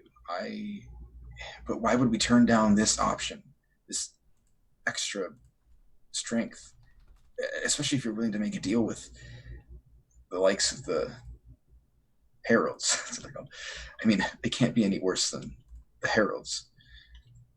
And if you're willing to make an alliance with them, then why not these shades, these creatures? They're willing to obey us. And so yeah, the idea basically here is that she's still not under the impression that they're evil because she doesn't understand anything about them. So if there's another group who could corroborate that and basically, inform her. I have... And there probably wouldn't be a better group to do that than the heralds, right? Yeah, and I also have Josh here. It's true. I wonder if a third party would have to be like, hold on, what does it say specifically? It just says a third party vouches for you. I mean, that makes sense. Okay. If Odio has some insight here that he can offer. I mean, you were part of the Hellbreakers, right? But right. I guess you did say that you didn't really know much about the Tannerin, though. Yeah, Odio didn't pay much attention, to be honest. You just like blowing stuff up. What was my...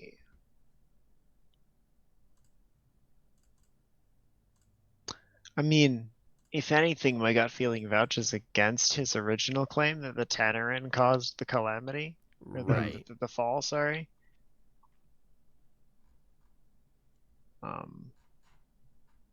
Be hard to vouch for him on that.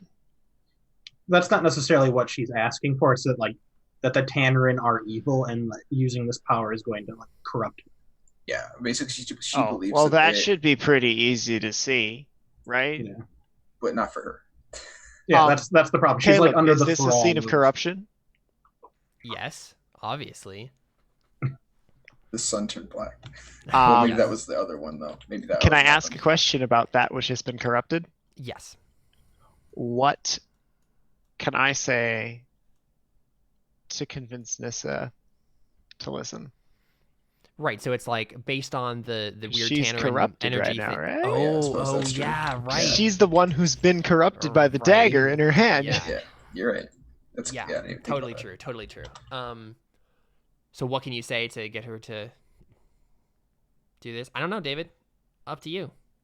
I mean, honestly, she just is ignorant of what the Tannerin really do. So she just needs something that is concrete that can show her that they're bad, right? Because as far as she's concerned, she's never even heard of these guys, and they're willing to do what she says, at least to some degree. And the the most alien thing that she's seen in respect to these guys is the heralds, so the most other alien thing, and they've been nothing but trouble. So for her, like from her perspective, the heralds are worse than the Tannerin because the Tannerin have never done anything. Well, I Sure. mean, like From my the- perspective, the yeah. Jedi are evil. Nissa, Nissa, hey, look at me. Nissa, look around you. You see those things? You see the dagger in your hand? It's covered in blood. This is evil.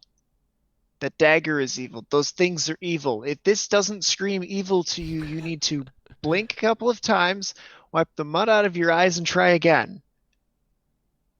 You're staring at the face of evil right here. And I mean, there is a small voice in the back of your mind that is screaming something at you. It's hard to hear. Yeah, I'm just thinking of the way we can concretely. Okay, you know what? Jared, I think you might remember something about Elijah, right? Yes, that was my Excuse me, response, I'm was that Cassius. You Well, saying you remember something about Elijah. Because Elijah was a Last Watch member, right? But you remember, I think, where he infiltrated. He infiltrated the heralds. No, he infiltrated the New Right? Harmony.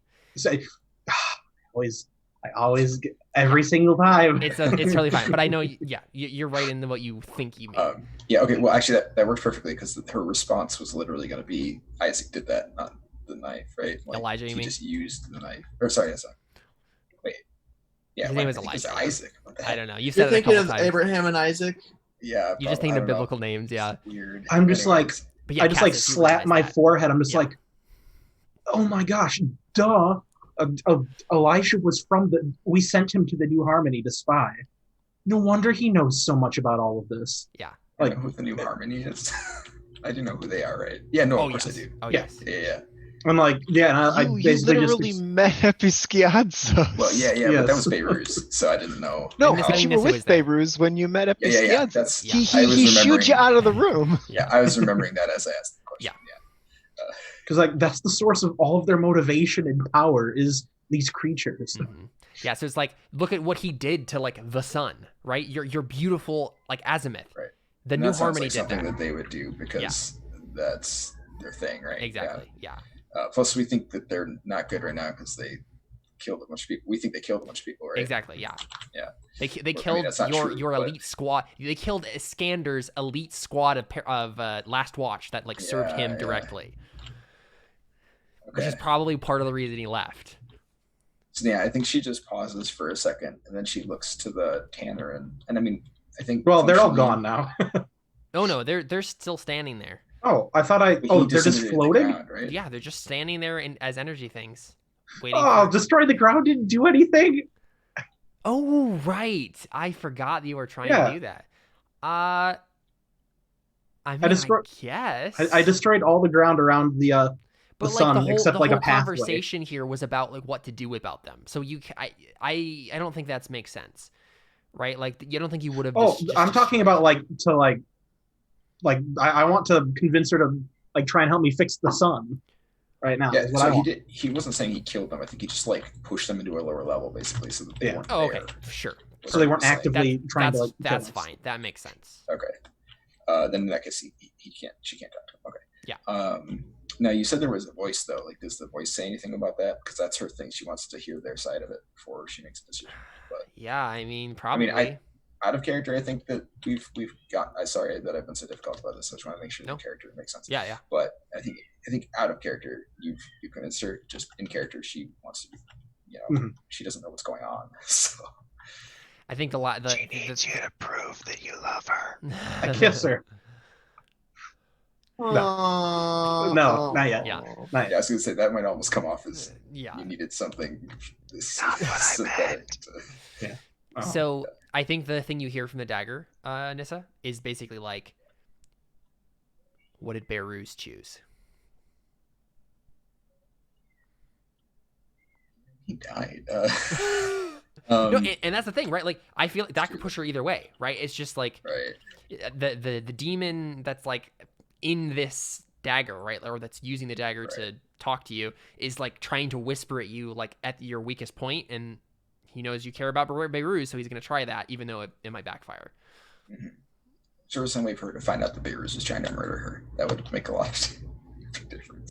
I don't think there's any way for her to find that out. I don't think so, yeah. Okay. Jeez. Okay. Well, yeah, I think she just sighs and says, well, either way, I mean, they're here. We're going to have to do something about them. And I don't even know what's happened to Azimuth. I mean, wait, can we tell that it's black or inside? Yeah. Well, the sun in front of you, right? Like the core of Azimuth is black. Oh, right. And so you're assuming the outside probably is too. Okay, I see.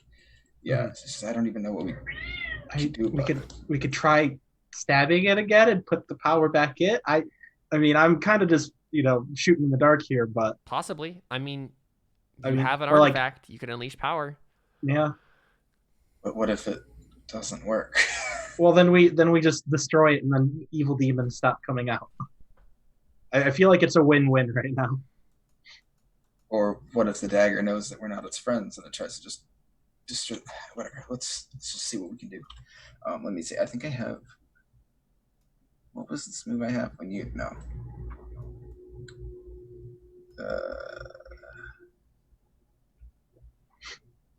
Okay, this is a bit of a stretch. Can I spend my martyr's artifact to find common ground at a 10+ with Azimuth? Yeah, absolutely, Okay. you can. Yeah. Sick. I want to do that. So in addition, spend it to assure a 10+ on one find common ground. So what does this look like for Nissa? Right, you're trying to, because you've been the one talking to Azimuth the entire time, right? Right. Yeah. I guess first, how do you try to find what's left of it? Yeah, I guess I'll go up to the ball of light, right, and just like touch it, but with the other hand, the one that doesn't have the knife in it, obviously. Yeah. Something feels profoundly wrong. Okay. Yeah. And I think that sort of helps solidify in her mind that this is the right thing to do. Yeah. And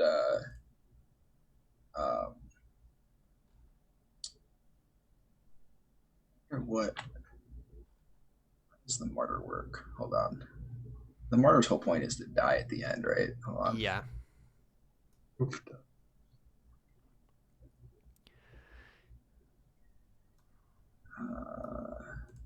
Basically, it's like when you stand on the brink of defeat with a filled whatever track, like filled physical track, you become sanctified. So long as you're sanctified, you gain the undying respect of those who witness you facing your ordeal. Friend or foe, they will from now on defend your reputation, marked by the strength of your devotion. If you fill the mental track, you become rapturous. So long as you're rapturous, you grant new strength and courage for the weak and despairing when you make a stand, and fill the heart of tormentors with fear and doubt if you attack. When you finally mark your dead box, you infuse any witnesses with some of your fervor. They gain a new additional harm box of their choice, sanctified or rapturous, which can be marked when only their dead box is unmarked. They gain the associated benefit for as long as they don't heal any harm box. What is the... So mechanically, you find common ground, you get a 10+. So you pick one of these, right? Yeah, basically it'll be like you're trying to deal with Azimuth to like come back. So why don't you tell me what your the only do it if option is, because there's one of them, right? Yeah. Even on a 10+. So what would you pick there? Because I think I have a couple ideas of how it might go depending on what you think the demand is, the requirement. So what are you actually asking? What's your intent? So my intent is to So in your mind's eye, what's happening here, right, is Nissa is walking over to the dying dog, right? The dying animal that has been brutally betrayed too many times. And you're trying to basically say, like, come with me and I will heal you, right? But it's trying to bite you because it's like, no, you've betrayed me too many times. Everyone you've brought to me has betrayed me. And so, like, it's killing itself by biting the hand that's feeding it, basically. But you're basically trying to soothe it, to try to get it to realize that if you come with it, if you come back, right, that, like, you can, like, I won't betray you. I promise I won't betray you. Like, have I ever betrayed you? No. Right, sort of thing.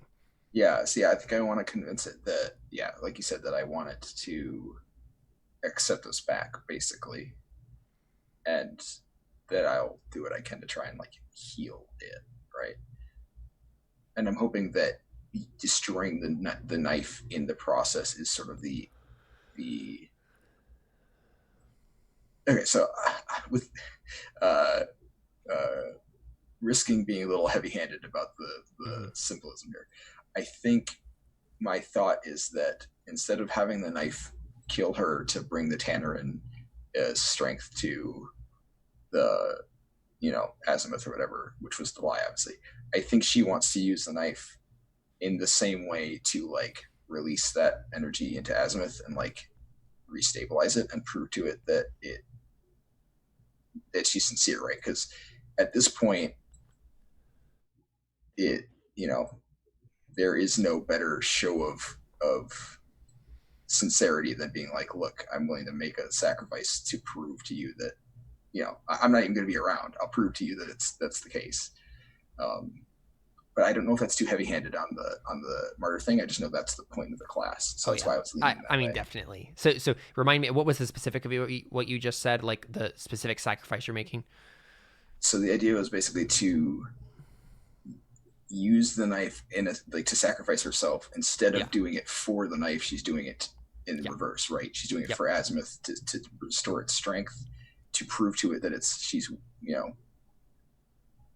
willing to, like, change the way that they've interacted with Azimuth up till now. Yep. I think I think the option it chooses is you give them something now that's worth it. Right. That's sort of right. And so I think what happens, David, is like you give it the knife, right? You take the knife and you put it inside the orb, right? Mm. You know that this is, like, the right thing to do. You set it in there, and then it just kind of like starts to, like, go into the, like, ball of void that this is now, right? Mm-hmm. And then you feel like something is working, right? Like something is right about this, and maybe you, like, turn back to Cassius and smile, and then the dagger shoots out of the ball and then right into your chest. Right. What? And you stagger, and then just get disintegrated and sucked into the void, right? Sucked into the ball of void. And then suddenly, a spark of light at the center of it reappears, and then slowly begins to just pulsate and grow and spread outward until the whole thing is back to where it was before. And then you hear, like, I think we see, like, the floor has been destroyed, right? But we see, like, some of the Tannerin, like, purple, like, energy beings start to, like, crawl up, like, try to, like, attack, and then they just get, like, disintegrated and destroyed. As they do so, they just puff to mist. And I think that's the end of the Azimuth thing, right? Like, that's probably, like, the last thing we get before we cut to, like, an epilogue. And Azimuth has been restored. Like, it doesn't fall to the Tannerin's influence. I failed. You did. I didn't get a girlfriend. Dang it. Yeah. I'm sad. He's sad now. Cassius is sad. When you finally mark your dead box, you infuse any witnesses with some of your fervor. They gain a new additional harm box of their choice, sanctified or rapturous. Which one would you like, guys? What do they do? Sanctified, as long as you're sanctified. Extra health bar. Yeah, it's an extra health bar, but also sanctified means so long as you're sanctified, you gain the undying respect of those who witness you facing your ordeal. Friend or foe, they will from now on defend your reputation marked by the strength of your devotion. Rapturous, You grant new strength and courage for the weak and despairing when you make a stand, and fill the heart of tormentors with fear and doubt if you attack. I mean, that sounds like a good one Yeah, for fighters. I kind of like that one. Rapturous. Yeah. So wait, so when I reload, I lose that though. When I heal my reload harm. No, so what'll Nope. happen is it basically takes the place of your dead box. I think is the way it works. It's like right before your dead box. Yeah. It adds in a new one right before the dead box. Yeah, so you can only be marked when When only only their the dead dead. box is unmarked. Exactly. Oh, So right, basically, yeah, it's like yeah. the one before. Yeah. Okay, right. Gotcha. So yeah, you just get added another harm box. Oh, it says they gain the associated benefit as long as they don't heal any harm box. So I Yeah, think exactly. It As soon as it marked heals- for you to get that. Yeah, exactly. As soon as it So heals, it's then not it that goes you away. lose the box. It's just that once you heal, you lose the Rapturous effect until you get hurt again. Yeah. So it's you only get that when you're almost dead. Is what's happening. Do you want one, Odio? One of those? Sure. Do you want Sanctified or Rapturous? One more time on the description for Sanctified. Sanctified is you gain the undying respect of those who witness you facing your ordeal. Like, friend or foe, they will now, from now on, defend your reputation marked by the strength of your devotion. I'll just go with the Rapturous as Yeah. well. Cool. Less immediately useful ability Mhm. on a character like this, particularly. Yeah. I'm gonna be honest. I'm not sure if we'll see Odio again. No, yeah, probably not. Yeah. No, I liked Odio. Be an interesting I did like situation. Odio. No, yeah, I Oh, like thank it you. too. He doesn't. Yeah, it'd be hard to get him to continue in a different scene than this one though. I mean, we he's could be also BFFs he's forever. also a demolition expert, working at the not Resistance. Now I'm doing the Last Jared Watch. thing. No, The Hellbreakers? Hellbreaker. Yeah. Oh yeah. So he could just show up in some scenes as a Hellbreaker. Mm-hmm. Yeah. Oh yeah. So what exactly happened in summary? So basically, Nissa sacrificed herself to bring Mhm. the to basically put the energy back where it belonged. Okay, Right? that's what I figured happened. So obviously the Tanner and then are all dead that I made, right? Yep. Mm-hmm. All right. That's what I figured happened. I was just clarifying. So epilogue here. I guess real quick. Unless there's something that happened in What character. device was found as my body? It was the knife. was like empowered. Okay. Yeah. Okay, But it's gone now too. So right. And I kind of want to have a scene with the orb to try and like talk to it. okay, yeah, sure. Mhm. I walk up to it like not aggressively. Like I'm definitely like upset and like sad because Yeah. my friend died and I was betrayed. Yeah. By stupid Connor. Hey, buddy. Come on, you enjoyed that scene. Yeah, no, it was pretty good.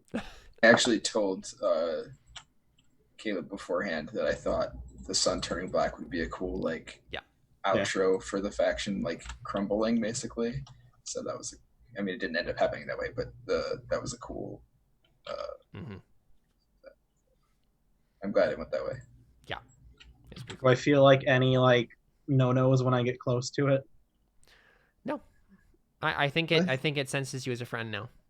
Okay, I gently place my hand on it, I guess. Okay. You suddenly it's like you touch eternity. Oh, wow. Right?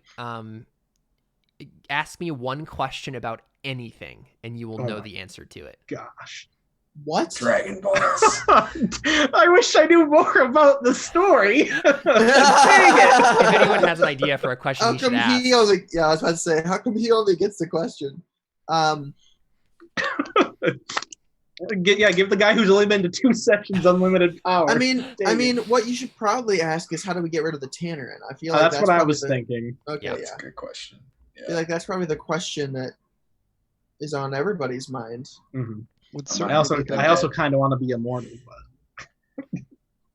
I I if feel you like- asked it to make you a Wordle, it would. You know that in this moment.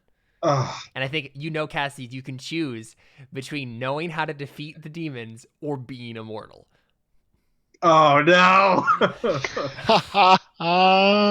I mean, you gotta pick being immortal. Come on. I want to though, because like in Cassius's mind, he's like, Then you can have the if rest I'm- of if your I'm life immortal, to kill the I demon. could probably figure it out Yeah. Iskander because I'm needs a only buddy. going to get better. I've seen it. I've seen Iskander's character sheet. I'm only going to get better. And I also, and I also know that Iskander's the one who caused the thing, and I'm not going to be able to beat him unless I'm also immortal. Oh no. Oh. I mean, out of character, you're probably not going to have to beat him. Like, he's not going to try and fight you. But in character, you don't know that, so it's up to you. Yeah. If I take too long, is he going to take it away? This is all happening in the space of you can't wait too long. Like you know that your brain is expanded so much that you go through all of the scenarios and you make a decision before the eternity stops. Out of character, I want to be immortal so bad. Yeah. But in character, I want it to make sense. I mean, I think you feel have like character motivation for literally both of these Yes, decisions. exactly. dude. I know, and that's what makes it so hard. Go with what you think will be fun to do. Because you know And what? it's gonna be amazing either One thing way. I think happens, you feel the touch of Nissa's latent presence, almost as if she's reaching from the afterlife, right, to like nudge you in one direction. What would Nissa say about this decision? I mean, technically, we're like undying, so I couldn't even be one of those weird ghost things. Use your David, ghost detector No, stuff, because you you think? just got sucked into the interdimensional David. energy well. Fair. That's fair. I want him David, to your be my character. Navi. What? What does that mean? What was everybody saying? Oh, I said I wanted David to become my Navi, like the little fairy Oh, from yeah. Legend of Zelda. Hey, Oh, okay. listen. That is also a thing you could do. You could bring Nissa back. What were you going to say, What? Connor? It is literally What? the Dragon Balls. Connor, Yeah, what were you gonna say? pretty much. Yeah, like it's basically It's fine, giving you a that's- wish here. That's how it works, yeah. I was going to say you should make a joke here, and if he says like what should I do? Should I be immortal? Should I figure out I how wish to for a beat these things? sandwich.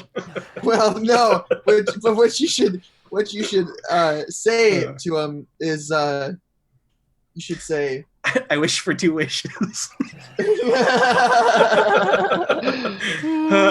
Like that thought goes through my mind, and is there any like not as like my definitive wish, but like I think about that. Is there any indication that It laughs. he's And you feel the eternity start to close. And you have, No. you have a moment to make a decision. okay? Immortality. Immortality? Yeah, okay. I kind of want to figure out I kind of want to figure out how to do it on my own. Like I'm gonna not be him, honest. but I'm gonna be honest. Next age, building a wonder to seal these things away would be way more cool than just somehow getting magical yeah. droplet honestly, from nowhere I was knowledge like- of I defeating was like them. assuming that I would either say the two options I was going to say for like, actually maybe I don't want to say this. Yeah, don't say don't Aaron. don't don't I had don't take some the cap cool off of that. options. I had some cool options. Okay. Okay. Okay, yeah, you become immortal. So the thing is, we all know how Iskander became immortal, and it was from ending the world. I think you doing this causes some ripple of something. What is Can I it? target it? Oh, do I get to choose? No, not necessarily. This is like a player thing. Like, let's Oh, talk about like what that could be. Like, it's using the terraforming technology again, right? That's what this is, right? It's the power of it's taking raw material from every dimension, from every planet, from every star, and bringing it here that it can use to do things. You can use to accomplish wonders, and so it's using that. You just suck up a whole bunch of Tanner and you could use their energy. Well, so what happened last time is some hole was torn and the Tannerin came crawling through it, right? Mm-hmm. Yeah. Does it take into account like What my about motives and all that, or is that all just arbitrary? Say that again.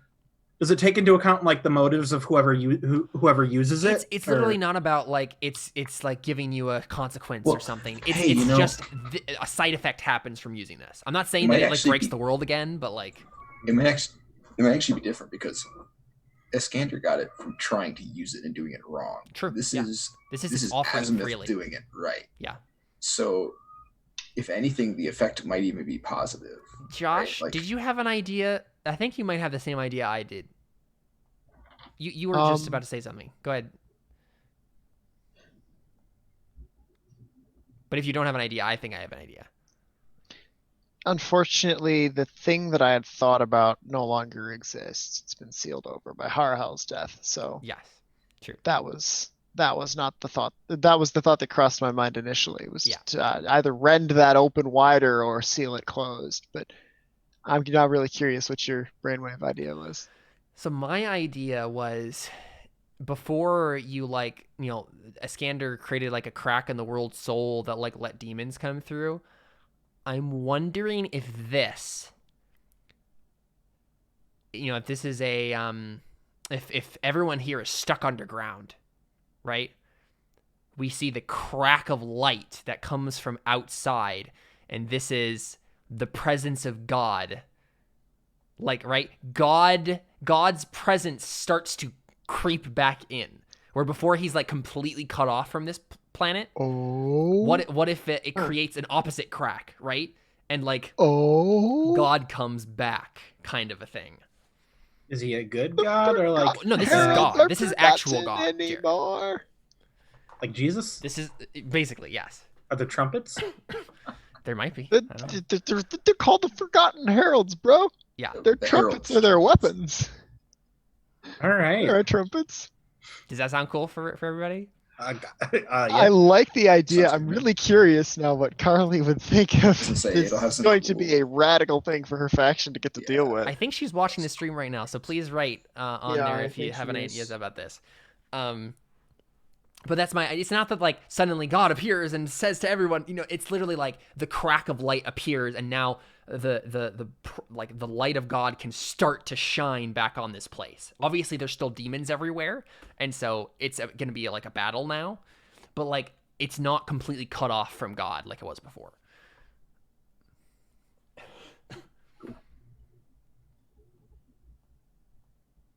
Carly says I like it.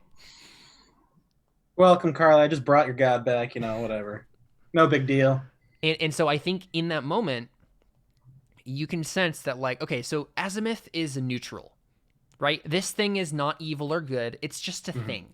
It just exists, right? It can be used for good and evil. It's just an interdimensional energy well.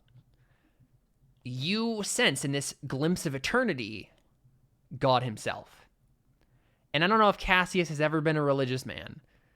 Hey, But you might be now. Yeah, right? Like, and you've heard all the stories from the Hellbreakers, right? And the heralds and stuff, right? That, God used to, help us here, and now either he abandoned us or our own sins locked us away from him, that sort of thing, right? But you know what happened. Like, this isn't just it happens and you're, like, not aware. Like, you feel it. You feel like God, and he exists, and he's there, and he's coming, maybe, right? Like, do I just look up and see like that, like the one meme with the Jesus who's like doing the finger guns? No. I think you basically get a sense of both grace and love, right? Like this like fatherly affection, and also judgment, right? Like the wrath of God. Like you sense his affection for people who still like love him here, and his holy wrath for everything wrong that is happening on this place.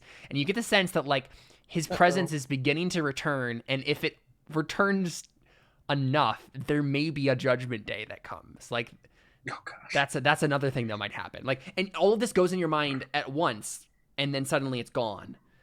But you're like, did I just touch the mind of God? It's you feel like Moses on Mount Sinai, right? Like it's like I think Cassius is forever physically changed by this. What's different about him now? What did your character Iskander look like? Iskander is kind of like coal colored, or like grayish almost, and he is weirdly like he can shift. That's his whole playbook, is like basically he looks like he's made out of nanites, right? Not like a normal person. Mhm. And he's dark skin and weird sort of like glowy eyes. So he looks kind of weirdly creepy almost. Yeah. Yeah. So like to go with the theme of like this time we went around using We did it right this time. Yeah. did it right. I want to be like the perfected version, at least appearance wise, of that, whatever that would be. So instead of maybe shifting, it's like solid, So, right? maybe Like it's porcelain or like something like that almost. Like a Depending on what color you want to statuesque. be, I guess. Yeah. you're like maybe like the perfect example of a human specimen. Like a statue. like a Roman statue. I want to make the joke so bad, but I'm not going. I already was. No. For every bit good looking Elijah was, you're that, but like Elijah is that reflection in the mirror darkly, right? Yeah. Oh, and I know the first thing I'm gonna do in the epilogue. So, question for you, Jared: do you change playbooks? Oh. Is that an option? Yeah, sure. Oh. What's a Skander? I mean, you could go that far. I'm a remnant. Although remnant has a very uncontrolled feel to it. Yeah, like I don't think that would be quite right for what we're thinking for this. But I'm just offering it as a possible option. You could still just be the hunter and be cool and stuff. Am I allowed to like take a? Oh wait, I think we talked about like, am I allowed to take like a play book thing from another thing? Not usually. And I think there are some things that let you do that. Because I think we were talking about that when we first talked about getting. Question: what did you have your cover story with? What faction did you infiltrate? That was never I don't decided. think you ever decided. If you want to, you could choose the heralds, and you have a box on here that says inheritance move. Get one of your family's inheritance moves, and you don't get one from your family. You get one from the family you infiltrated, and so you could have some sort of weird holy thing going on, right? Obviously, it would be a bit to infiltrate the heralds, but Yeah. What's the thing that David has that allows him to like keep reincarnating and then getting plus whatever every time, or is that a that's thing? the Deathless Elite. That's his playbook. I think Or his what he's faction. remembering is we talked about maybe his character getting the faction move that Iskander has for just his character, that one character. Right. Since he's immortal. I mean, see. It's like the move I get for being that faction, but I don't care. I don't care if he gets it too. Right. I also only get to do it to one character, but he automatically gets it, right? Because of like this is right. But this I is think it also Okay, gives. so you're saying something this is something definitely other extra. than that. Yeah. This is like about okay. the touch of divinity. Okay. What are the thingy things with the things that I can choose from? What? Like, what do you want me to? Yeah, I don't know It what I depends. like. Do you want something like cool and magical? Right? Like, what? How do you think Cassius was changed by this? In what way? Does he have cool magical powers now? Does he?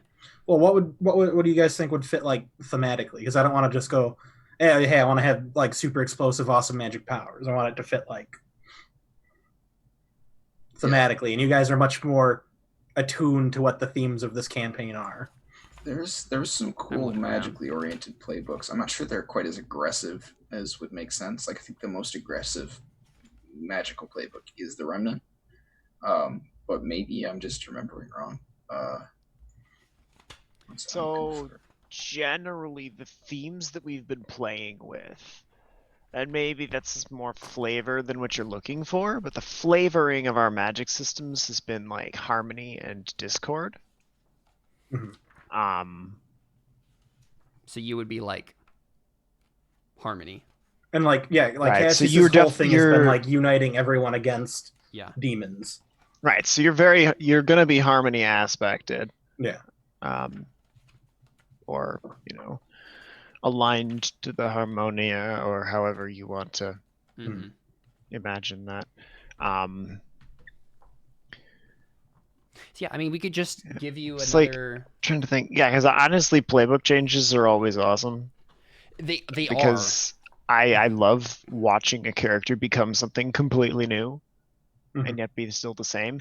And I realize that just because I like that doesn't mean that you want to give up anything to be something different. Trying to think now, what are some magic abilities and stuff that would be? Yeah, I think the more I'm Cool thinking about it, and I just situation. looked through all the playbooks basically, I think the Remnant almost is the only one that makes sense. Yeah, I mean, we could just flavor it as a more controlled version, right? Mhm. I mean, the Remnant, I think, is what you're looking for, Jared. It's a pretty cool class. I think it's probably right, even if it's. But keep in mind, this changes Cassius pretty distinctively from like a cool spy soldier leader person to like weird magic guy. Yeah. So if that's not what you're looking shifted for, that like theme. if what you really want is like for him to be more or less the same, but now also has like a weird magic thing going on, we can do that too, right? Like we can just give you one. To be thing. totally honest, he's still the Last Watch, right? Mm-hmm. Yeah. So you'll still have all your cool soldier stuff. You just don't have the moves. Instead, you'll have like sort of transforming powers. I think essentially where my character is like weird vampire mage, yours would look more like Captain America. I think, because like these moves, I mean, it'd be like Captain America if he had to like change shape to do the cool things he does. Because like a lot of these moves work really well for just like face tanking stuff and beating the crap out of things. And you would have your gun and your armor, and you'd still have all the faction stuff that you have that makes you look like a soldier and stuff. Although I think you have to have a bad force, which is weird and dumb. Yeah, that's what I'm thinking too. Is it just doesn't, for me, it doesn't feel like it makes sense for Cassius. It feels to me like he would more be like, I am still a soldier, I am still a hunter, but like also I'm weird and magical now, in some small more minor way. I mean, if you don't care, we should just give him one of these remnant abilities instead of one of his normal abilities for when he's like changed, for when he changed his roll move or whatever. Yeah, we could do that. We could. I like cross playbook transplants of abilities. Also, the Forgotten Heralds actually have some interesting inheritance moves that are like holy flavored. The one I just saw that looks interesting is the Champion. When you hurl yourself into conflict, upheaval, or disaster, roll plus force. On a hit, you find a manifested sign of holiness. On a 10+, it's not beset by unholy forces. That's like a weird, cool, like holiness centered thing. That's interesting, yeah. Also, I think I feel like before this he was like renegade soldier, do whatever it takes. And now I feel like he's kind of like shifted slightly into like the more of like a crusader. I think you might have marked the prophet role. Dude, yeah, no, probably for sure. Right? Like I think that's your role in your family now. Is like tell them. I don't think I have that. No. So normally you don't. It's like a special one that is in a different book. But that basically would mean your role in the here. Let me read it real quick. Your role in the Last Watch would be, perhaps you were never meant to be a leader, or you care too much for your people to simply walk away. Prophets visit great change upon others, sometimes bringing pain, but always teaching wisdom and strength to those who take heed. When a character embraces this role, they introduce a mythical dimension into the story full of song's importance. Yeah, basically it's like you are now the speaker for God of the Last Watch. Like you basically, the main thing is you visit great change upon others. You're the person who's pushing everyone to fulfill their destinies, sort of a thing. Mm-hmm. I think that would be super cool. I like that. But yeah, I mean, basically it's like, right, if you mark that, then you get either a +1 to a stat or a new move. And we can have that move be any sort of weird, cool flavor thing if you wanted to. Okay. You'll just have to tell me ones you think will be good, because I don't know. Yeah, so I mean, I don't have the book. Either the Champion holiness thing would be interesting. When you said Crusader, it made me think of the Sentinel. Are you familiar with that playbook? It's not really magical, but there's no reason you couldn't theme it magically. It's so the description here is where the hunter is a proactive fighter focused on tracking down specific targets and taking them out. The Sentinel waits for the enemy to come to them and crushes them utterly. So it's a more defensive class, but it's still super combat oriented. And like there's basically bunches of ways to have armor, and like if you're defending things, you get bonuses, and there's commands you can force, or when you give someone an order or warning, you can roll force. If on a 7 to 9 they do it, freeze or get out of there or attack you. On a 10 plus, you only give them 2 options. So like it's still very soldiery, but it's more of a defensive, like helping people kind of thing almost. Like I guess mainly it depends. Do you want to still hunt things? Well, yeah. Because like, I mean, you could just stay a hunter. Honestly. Because like Sentinel would be more like the Sentinel waits for their enemy to come to them and then crushes them utterly. Right. Where the hunter is the proactive fighter focused on tracking down specific targets and taking them out. I feel like with the Tanner and stuff, you're still that, right? Yeah, because like maybe like later down the line after like more character change, he'll like take a more sit back approach. But right now he's still like we gotta go. Yeah, like I can do even more now. And that's why I'm thinking. I think you should stay a hunter, but then like have another weird thing happen. Okay. Oh, interesting. What if you just marked Eternal Arsenal? You always have more weapons. If your main weapon is taken out, you'll have lesser replacements to hand. If those are taken from you, you'll be able to improvise replacements given 5 minutes. But we could have that just be like a magical thing. Like you can literally just like make holy weapons. Make holy weapons. I read. That's pretty cool. I bless the stick. I'm not opposed holy to that. stick. Like we could have it be Eternal Arsenal, but like literally eternal, like actually eternal. I mean, I'm cool with that, unless anyone else. Does anyone have another Sounds move? Cool. I think that's pretty cool. Can we add some flavor text to it? Something like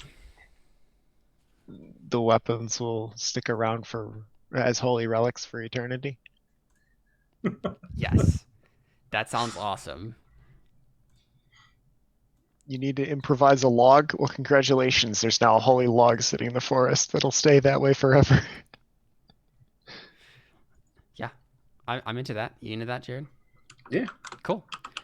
Okay, so I think that's what happens. You get Eternal Arsenal as your like normal move for getting the roll. You get the immortal thing, so you get that Deathless Elite playbook thing, where he can what's that called? Live on. Let me look. Is there a way to like copy that to my playbook? I can write it in. Okay. Yeah, let me. I'm gonna forget. Yeah. I added Magic Eternal Arsenal, so I don't forget about that. Yeah, where is that, David? On your. Sorry, what are you looking for? The like eternal character thing. So it's not a character thing. It's a faction thing. I know it's a faction thing. I'm just trying to find it. So all it does is say that you can come back age to age, and then it has a separate thing where it's like you can revive people at your base, which he doesn't get. And technically, when you make the character, you start with a advancement. Oh, I you see. Start with Life everlasting. Yeah. So basically, this just wouldn't do anything. This gives you the a move for your faction, Jared. That's what this does, right? You get the move for your faction, Life Everlasting. A deserving member of your family can live forever. Your character starts with a roll fulfill and can always be brought back to action age to age, age after age. When you take the dead and the dying to the Redoubt's labs, provide professional care regardless of surpluses, they lose 1 sway to the minimum. So the only thing that really affects him here is that he lives forever because he's already been made, so he doesn't start with the roll marked because that wouldn't make sense. Yeah. And he doesn't have a redoubt, so he can't bring them. He doesn't have that. I feel like if he went back to Azimuth, he could have it function probably use Azimuth, yeah. I imagine. He's basically more perihelion than anybody except the Scanner at this point. Maybe even more than him. Oh, what? A redoubt. It's like basically. It's the name for the Azimuth. I don't know why they call it that. It's a weird name. I know it's a word, but it's a weird word. Basically, it's like when you take the dead and dying to Azimuth, provide professional care regardless of surpluses, though they lose 1 sway to a minimum of -2. You can even revive them as long as they have not yet triggered their death move. So basically, like, you now have access as Cassius to Azimuth as a place to heal people. So too. a redoubt is a temporary or supplementary fortification. So it's basically it's a fort. That's the general term they called what I ended up calling Azimuth. In the playbooks, it calls it the redoubt. So yeah, that's why it's called that. Yeah. But yeah. Okay, cool. Awesome. So just a note: the profit roll move for Hunter does this. Mark when you hunt for a mystic or symbolic beast in order to change the world in subtle and mysterious ways. The GM will add obstacles and limitations to ritualize the hunt. So that's what you're currently up to. And I count because Iskander count as a. Oh yeah, yeah. Are you hunting down Iskander? I mean, I feel like that's on the to-do list, and but not quite yet. We'll see next week. Yeah. Okay. Yeah. So we'll talk about what that means for your hunt for a mystic or symbolic beast. Yeah. You said how you got an epilogue thing, Jared? I want to become the new ruler of the Perihelions. If that's all right with David. Yeah, I mean, right now there isn't one. I know. And I literally just became like a perfected version of what Iskander looked like right after whatever was wrong with their home. The only question is how that affects who plays the faction. Yeah, I mean, I still feel like you still have like full control of that. It would just be like narrative flavor. Basically, you and Jared would team up now. I think it's probably what this is, right? So then does that mean you wouldn't play the last? No, I think Jared would still play the Last Watch, but basically he is now the leader of both the Last Watch and the Perihelions, and so you guys would just work together on stuff, right? Like Jared, David, you'd still play your faction, but like the Last Watch and you are more closely like intertwined now. Oh no! Another option, technically, is we could actually combine the factions. And there's a faction called the Coalition, which is literally like you combine two factions together. That would be kind of cool. That's honestly, I was sort of lamenting the lack of mechanical because the Deathless Elite have a lot of really cool stuff for like building a character who's a mortal, but they don't really have anything that affects their ability to do stuff on the like overmap too much. They don't have a lot of like special abilities for that. And so I think that was another part of the reason I was struggling was because I didn't have any like I didn't feel like I had any real options as far as like niche strengths like most of the playbooks do, which is fine. I'm just saying that I think it might benefit the faction gameplay wise as well if it had a different core. But I imagine it probably loses some stuff, right? Yeah. So I the more I'm thinking about it, the more I actually don't like that option, mainly especially because I think the game itself that we set up here is very kind of dependent upon each of these pieces. And like even if I think the Deathless Elite should change, for sure. Right. But like I think they should still remain who they are, and we can figure out different things to make them more interesting. Yeah, I'm fine with that. It's cool with me. Because I think the Last Watch 2 is just such an evocative thing itself. They're both very different. I'm not even entirely sure how they would mix together to be something new. I like the idea of them working really closely together. Yeah. But they seem like very different things. And Cassius is kind of the bridge between them, but not like actually making them one faction. If that's good with you guys. Okay, so I mean, we can just say that happens, right? Like, I mean, it makes sense because Beiruz appointed Nissa as his like successor, and she died. And obviously, I don't have a death move of appointing successor for Nissa, but I mean, she does have a move that affected Cassius, so you can sort of say that. And no one else with a better seniority is around that can do anything about it. So I think that makes sense for the faction to accept that as well. So cool. So I think this just does change some things about the Deathless Elite's needs and surpluses. The Perihelions. Because I think they have defenses now, because the Last Watch is literally just entirely in charge of their protection, right? I think they lose that need. Okay, sweet. And they probably lose the need recruits, too, because Cassius is like, hey, anyone who wants to like be cool Perihelion immortal people, like you can feel free. Last watch people, like choose your sides or choose your flavor, right? Right. I'm in charge of everyone now. So I think they still need progress because there's still lots of stuff they don't understand about the science of things. Yeah, but I think sure. they lose those needs. Okay, sweet. Jerry, do you want to give them one surplus too? What would surplus they would get be? Probably leadership. Yeah. Okay. Perfect. Yeah, that makes sense. Yeah. Awesome. There you go. You're at mood 0 now. Yay. Thank you. Yep. It's going to be a lot of work to get up from there, but I've been ever so. That's awesome. nice. Is that it then? I did want to change. I mean, I didn't really play him, so I don't really know if I'm allowed to do this. But Iskander isn't the leader anymore, so his playbook is technically he would mark a different role. Mm-hmm. Yeah, you can do that. I marked agent for him, which is when you go to find out the origin of your creation or whatever. Ooh. So I think that's more or less what he's doing at the moment, and so then he would mark. Oh, you mean rebel? Right? Oh, sorry, yeah, it is rebel. Yeah, you're right. Which also means that he gets a stat increase or a move, which I was just going to increase his. So you only have 2 marked, so that seems like they're already marked like that then. No, so I get an extra one for free. Right, that's what I'm saying. So they were both already marked, right? Oh no, I just marked one. I just marked that like 5 minutes ago. But every character gets 1 to start with. So you should have 3 marked right now. Yeah. So okay. Yeah. So what happened was I marked 1 for free because of his being immortal.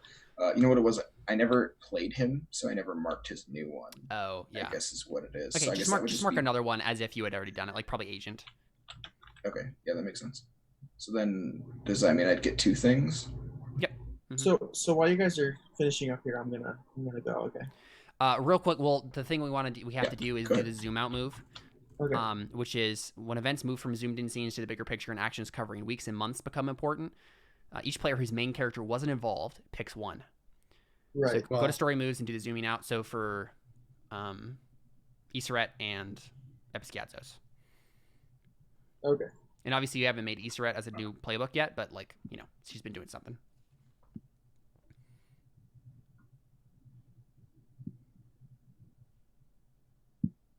So Josh and Connor, you can look at that and choose. Let me go to the family page, please. Mm-hmm.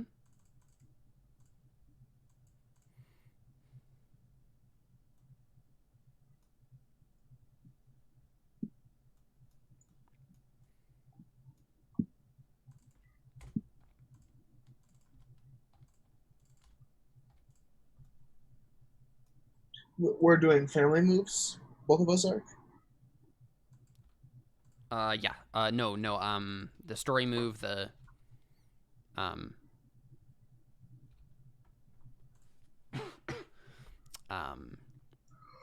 zoom in, zoom out. No, yeah.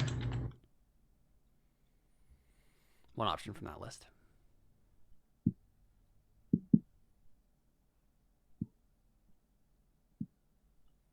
Yeah, this has been really cool. That changed a lot. I think basically the only thing I think we need to do before the age is done is, Josh, we need to have that like thing with Reva, and then figure out what the new harmonies like next in the Hellbreakers, what their next step is, and then once we do that, like it's age turning time. So, and I'm really pumped about that because there's a lot of cool stuff that can happen. I wanna I think Episkiadzos has discovered or scouted for information that might help them remove the need for morale. Mm-hmm. Yes, you get 1 data. What is that?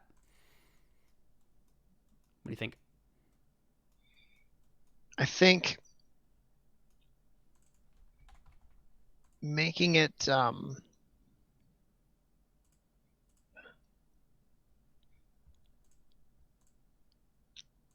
trying to decide how public it could be or not. among the members of the New Harmony to basically say that the leader, basically, okay, what happens when we announce that we're getting new converts at the highest levels of the Hellbreakers, right? Mm-hmm. Like, hey, suddenly there's people up in high levels that are also flocking to our cause. Yeah. That should improve morale, right? Mm-hmm.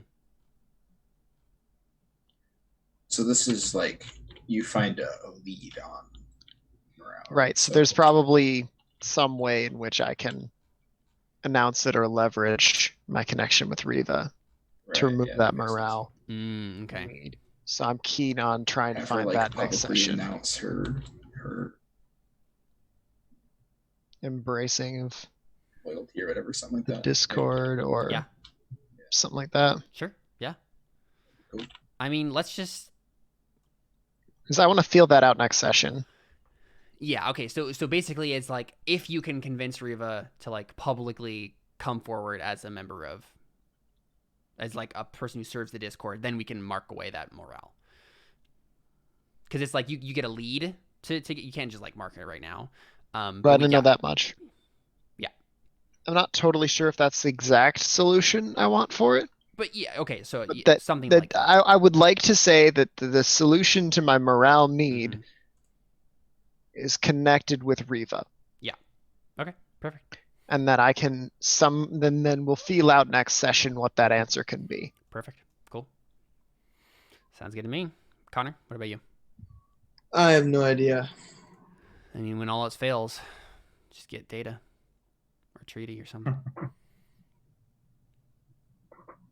Or actually, probably the easiest one, you don't have to say anything else, is just they went scavenging in the wasteland, add 1 tech. Sure. Yeah. Right, Easter Eye went into the wasteland to find more cool magic things. That makes sense. What does tech do? You can spend it at a character or a family level to get advantage on a roll. You can also use it at a character level as a device. So you can take tech and make it into a device and use it to unleash power. That was what Jared did with the glove. Mm-hmm. Okay. Yeah. All right, cool. That's it. Hey, Caleb. Mm-hmm. I think I got rid of my prestige need. Yes, you definitely did. You no longer have the need for prestige. Anything, I think it should be a surplus since I became space genius again. Again? I mean, Yeah, I think, remember Fergus? Oh yeah. I think so. I mean, probably. I mean, becoming leader of the Hellbreaker or the Perihelions. Yeah, I think it would give you prestige as a surplus. So there you go. You're at +4 now. Congrats. No needs. Four surpluses. Nice. Yeah. 1 session. 1 session.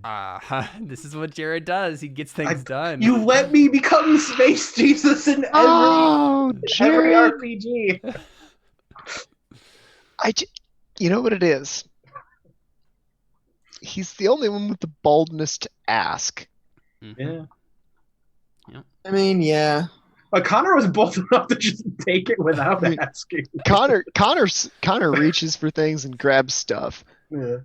Jared will ask for the most impossible things. Yeah.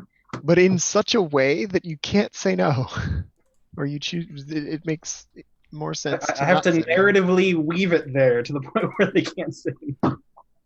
Exactly. I think it's more of a I'm afraid of what happens if I don't let them do this. Yeah. It's more of I'm a little weasel. Yeah. Well, there you go. That is our session of the Hellbreaker sequence. We'll be back next time with some more New Harmony and Hellbreaker stuff, and then we'll do an Age turn. So, I don't know if everyone happens to be free next week. We'll obviously figure that out, but it would be nice, basically, to have everyone free for the Age turn, whether or not that's like in the same session as the last thing with the New Harmony or a different session. We'll have everybody there to do the Age turning and figure out what's going on there. So, cool. Sounds good. That's it. We're out. Anything else?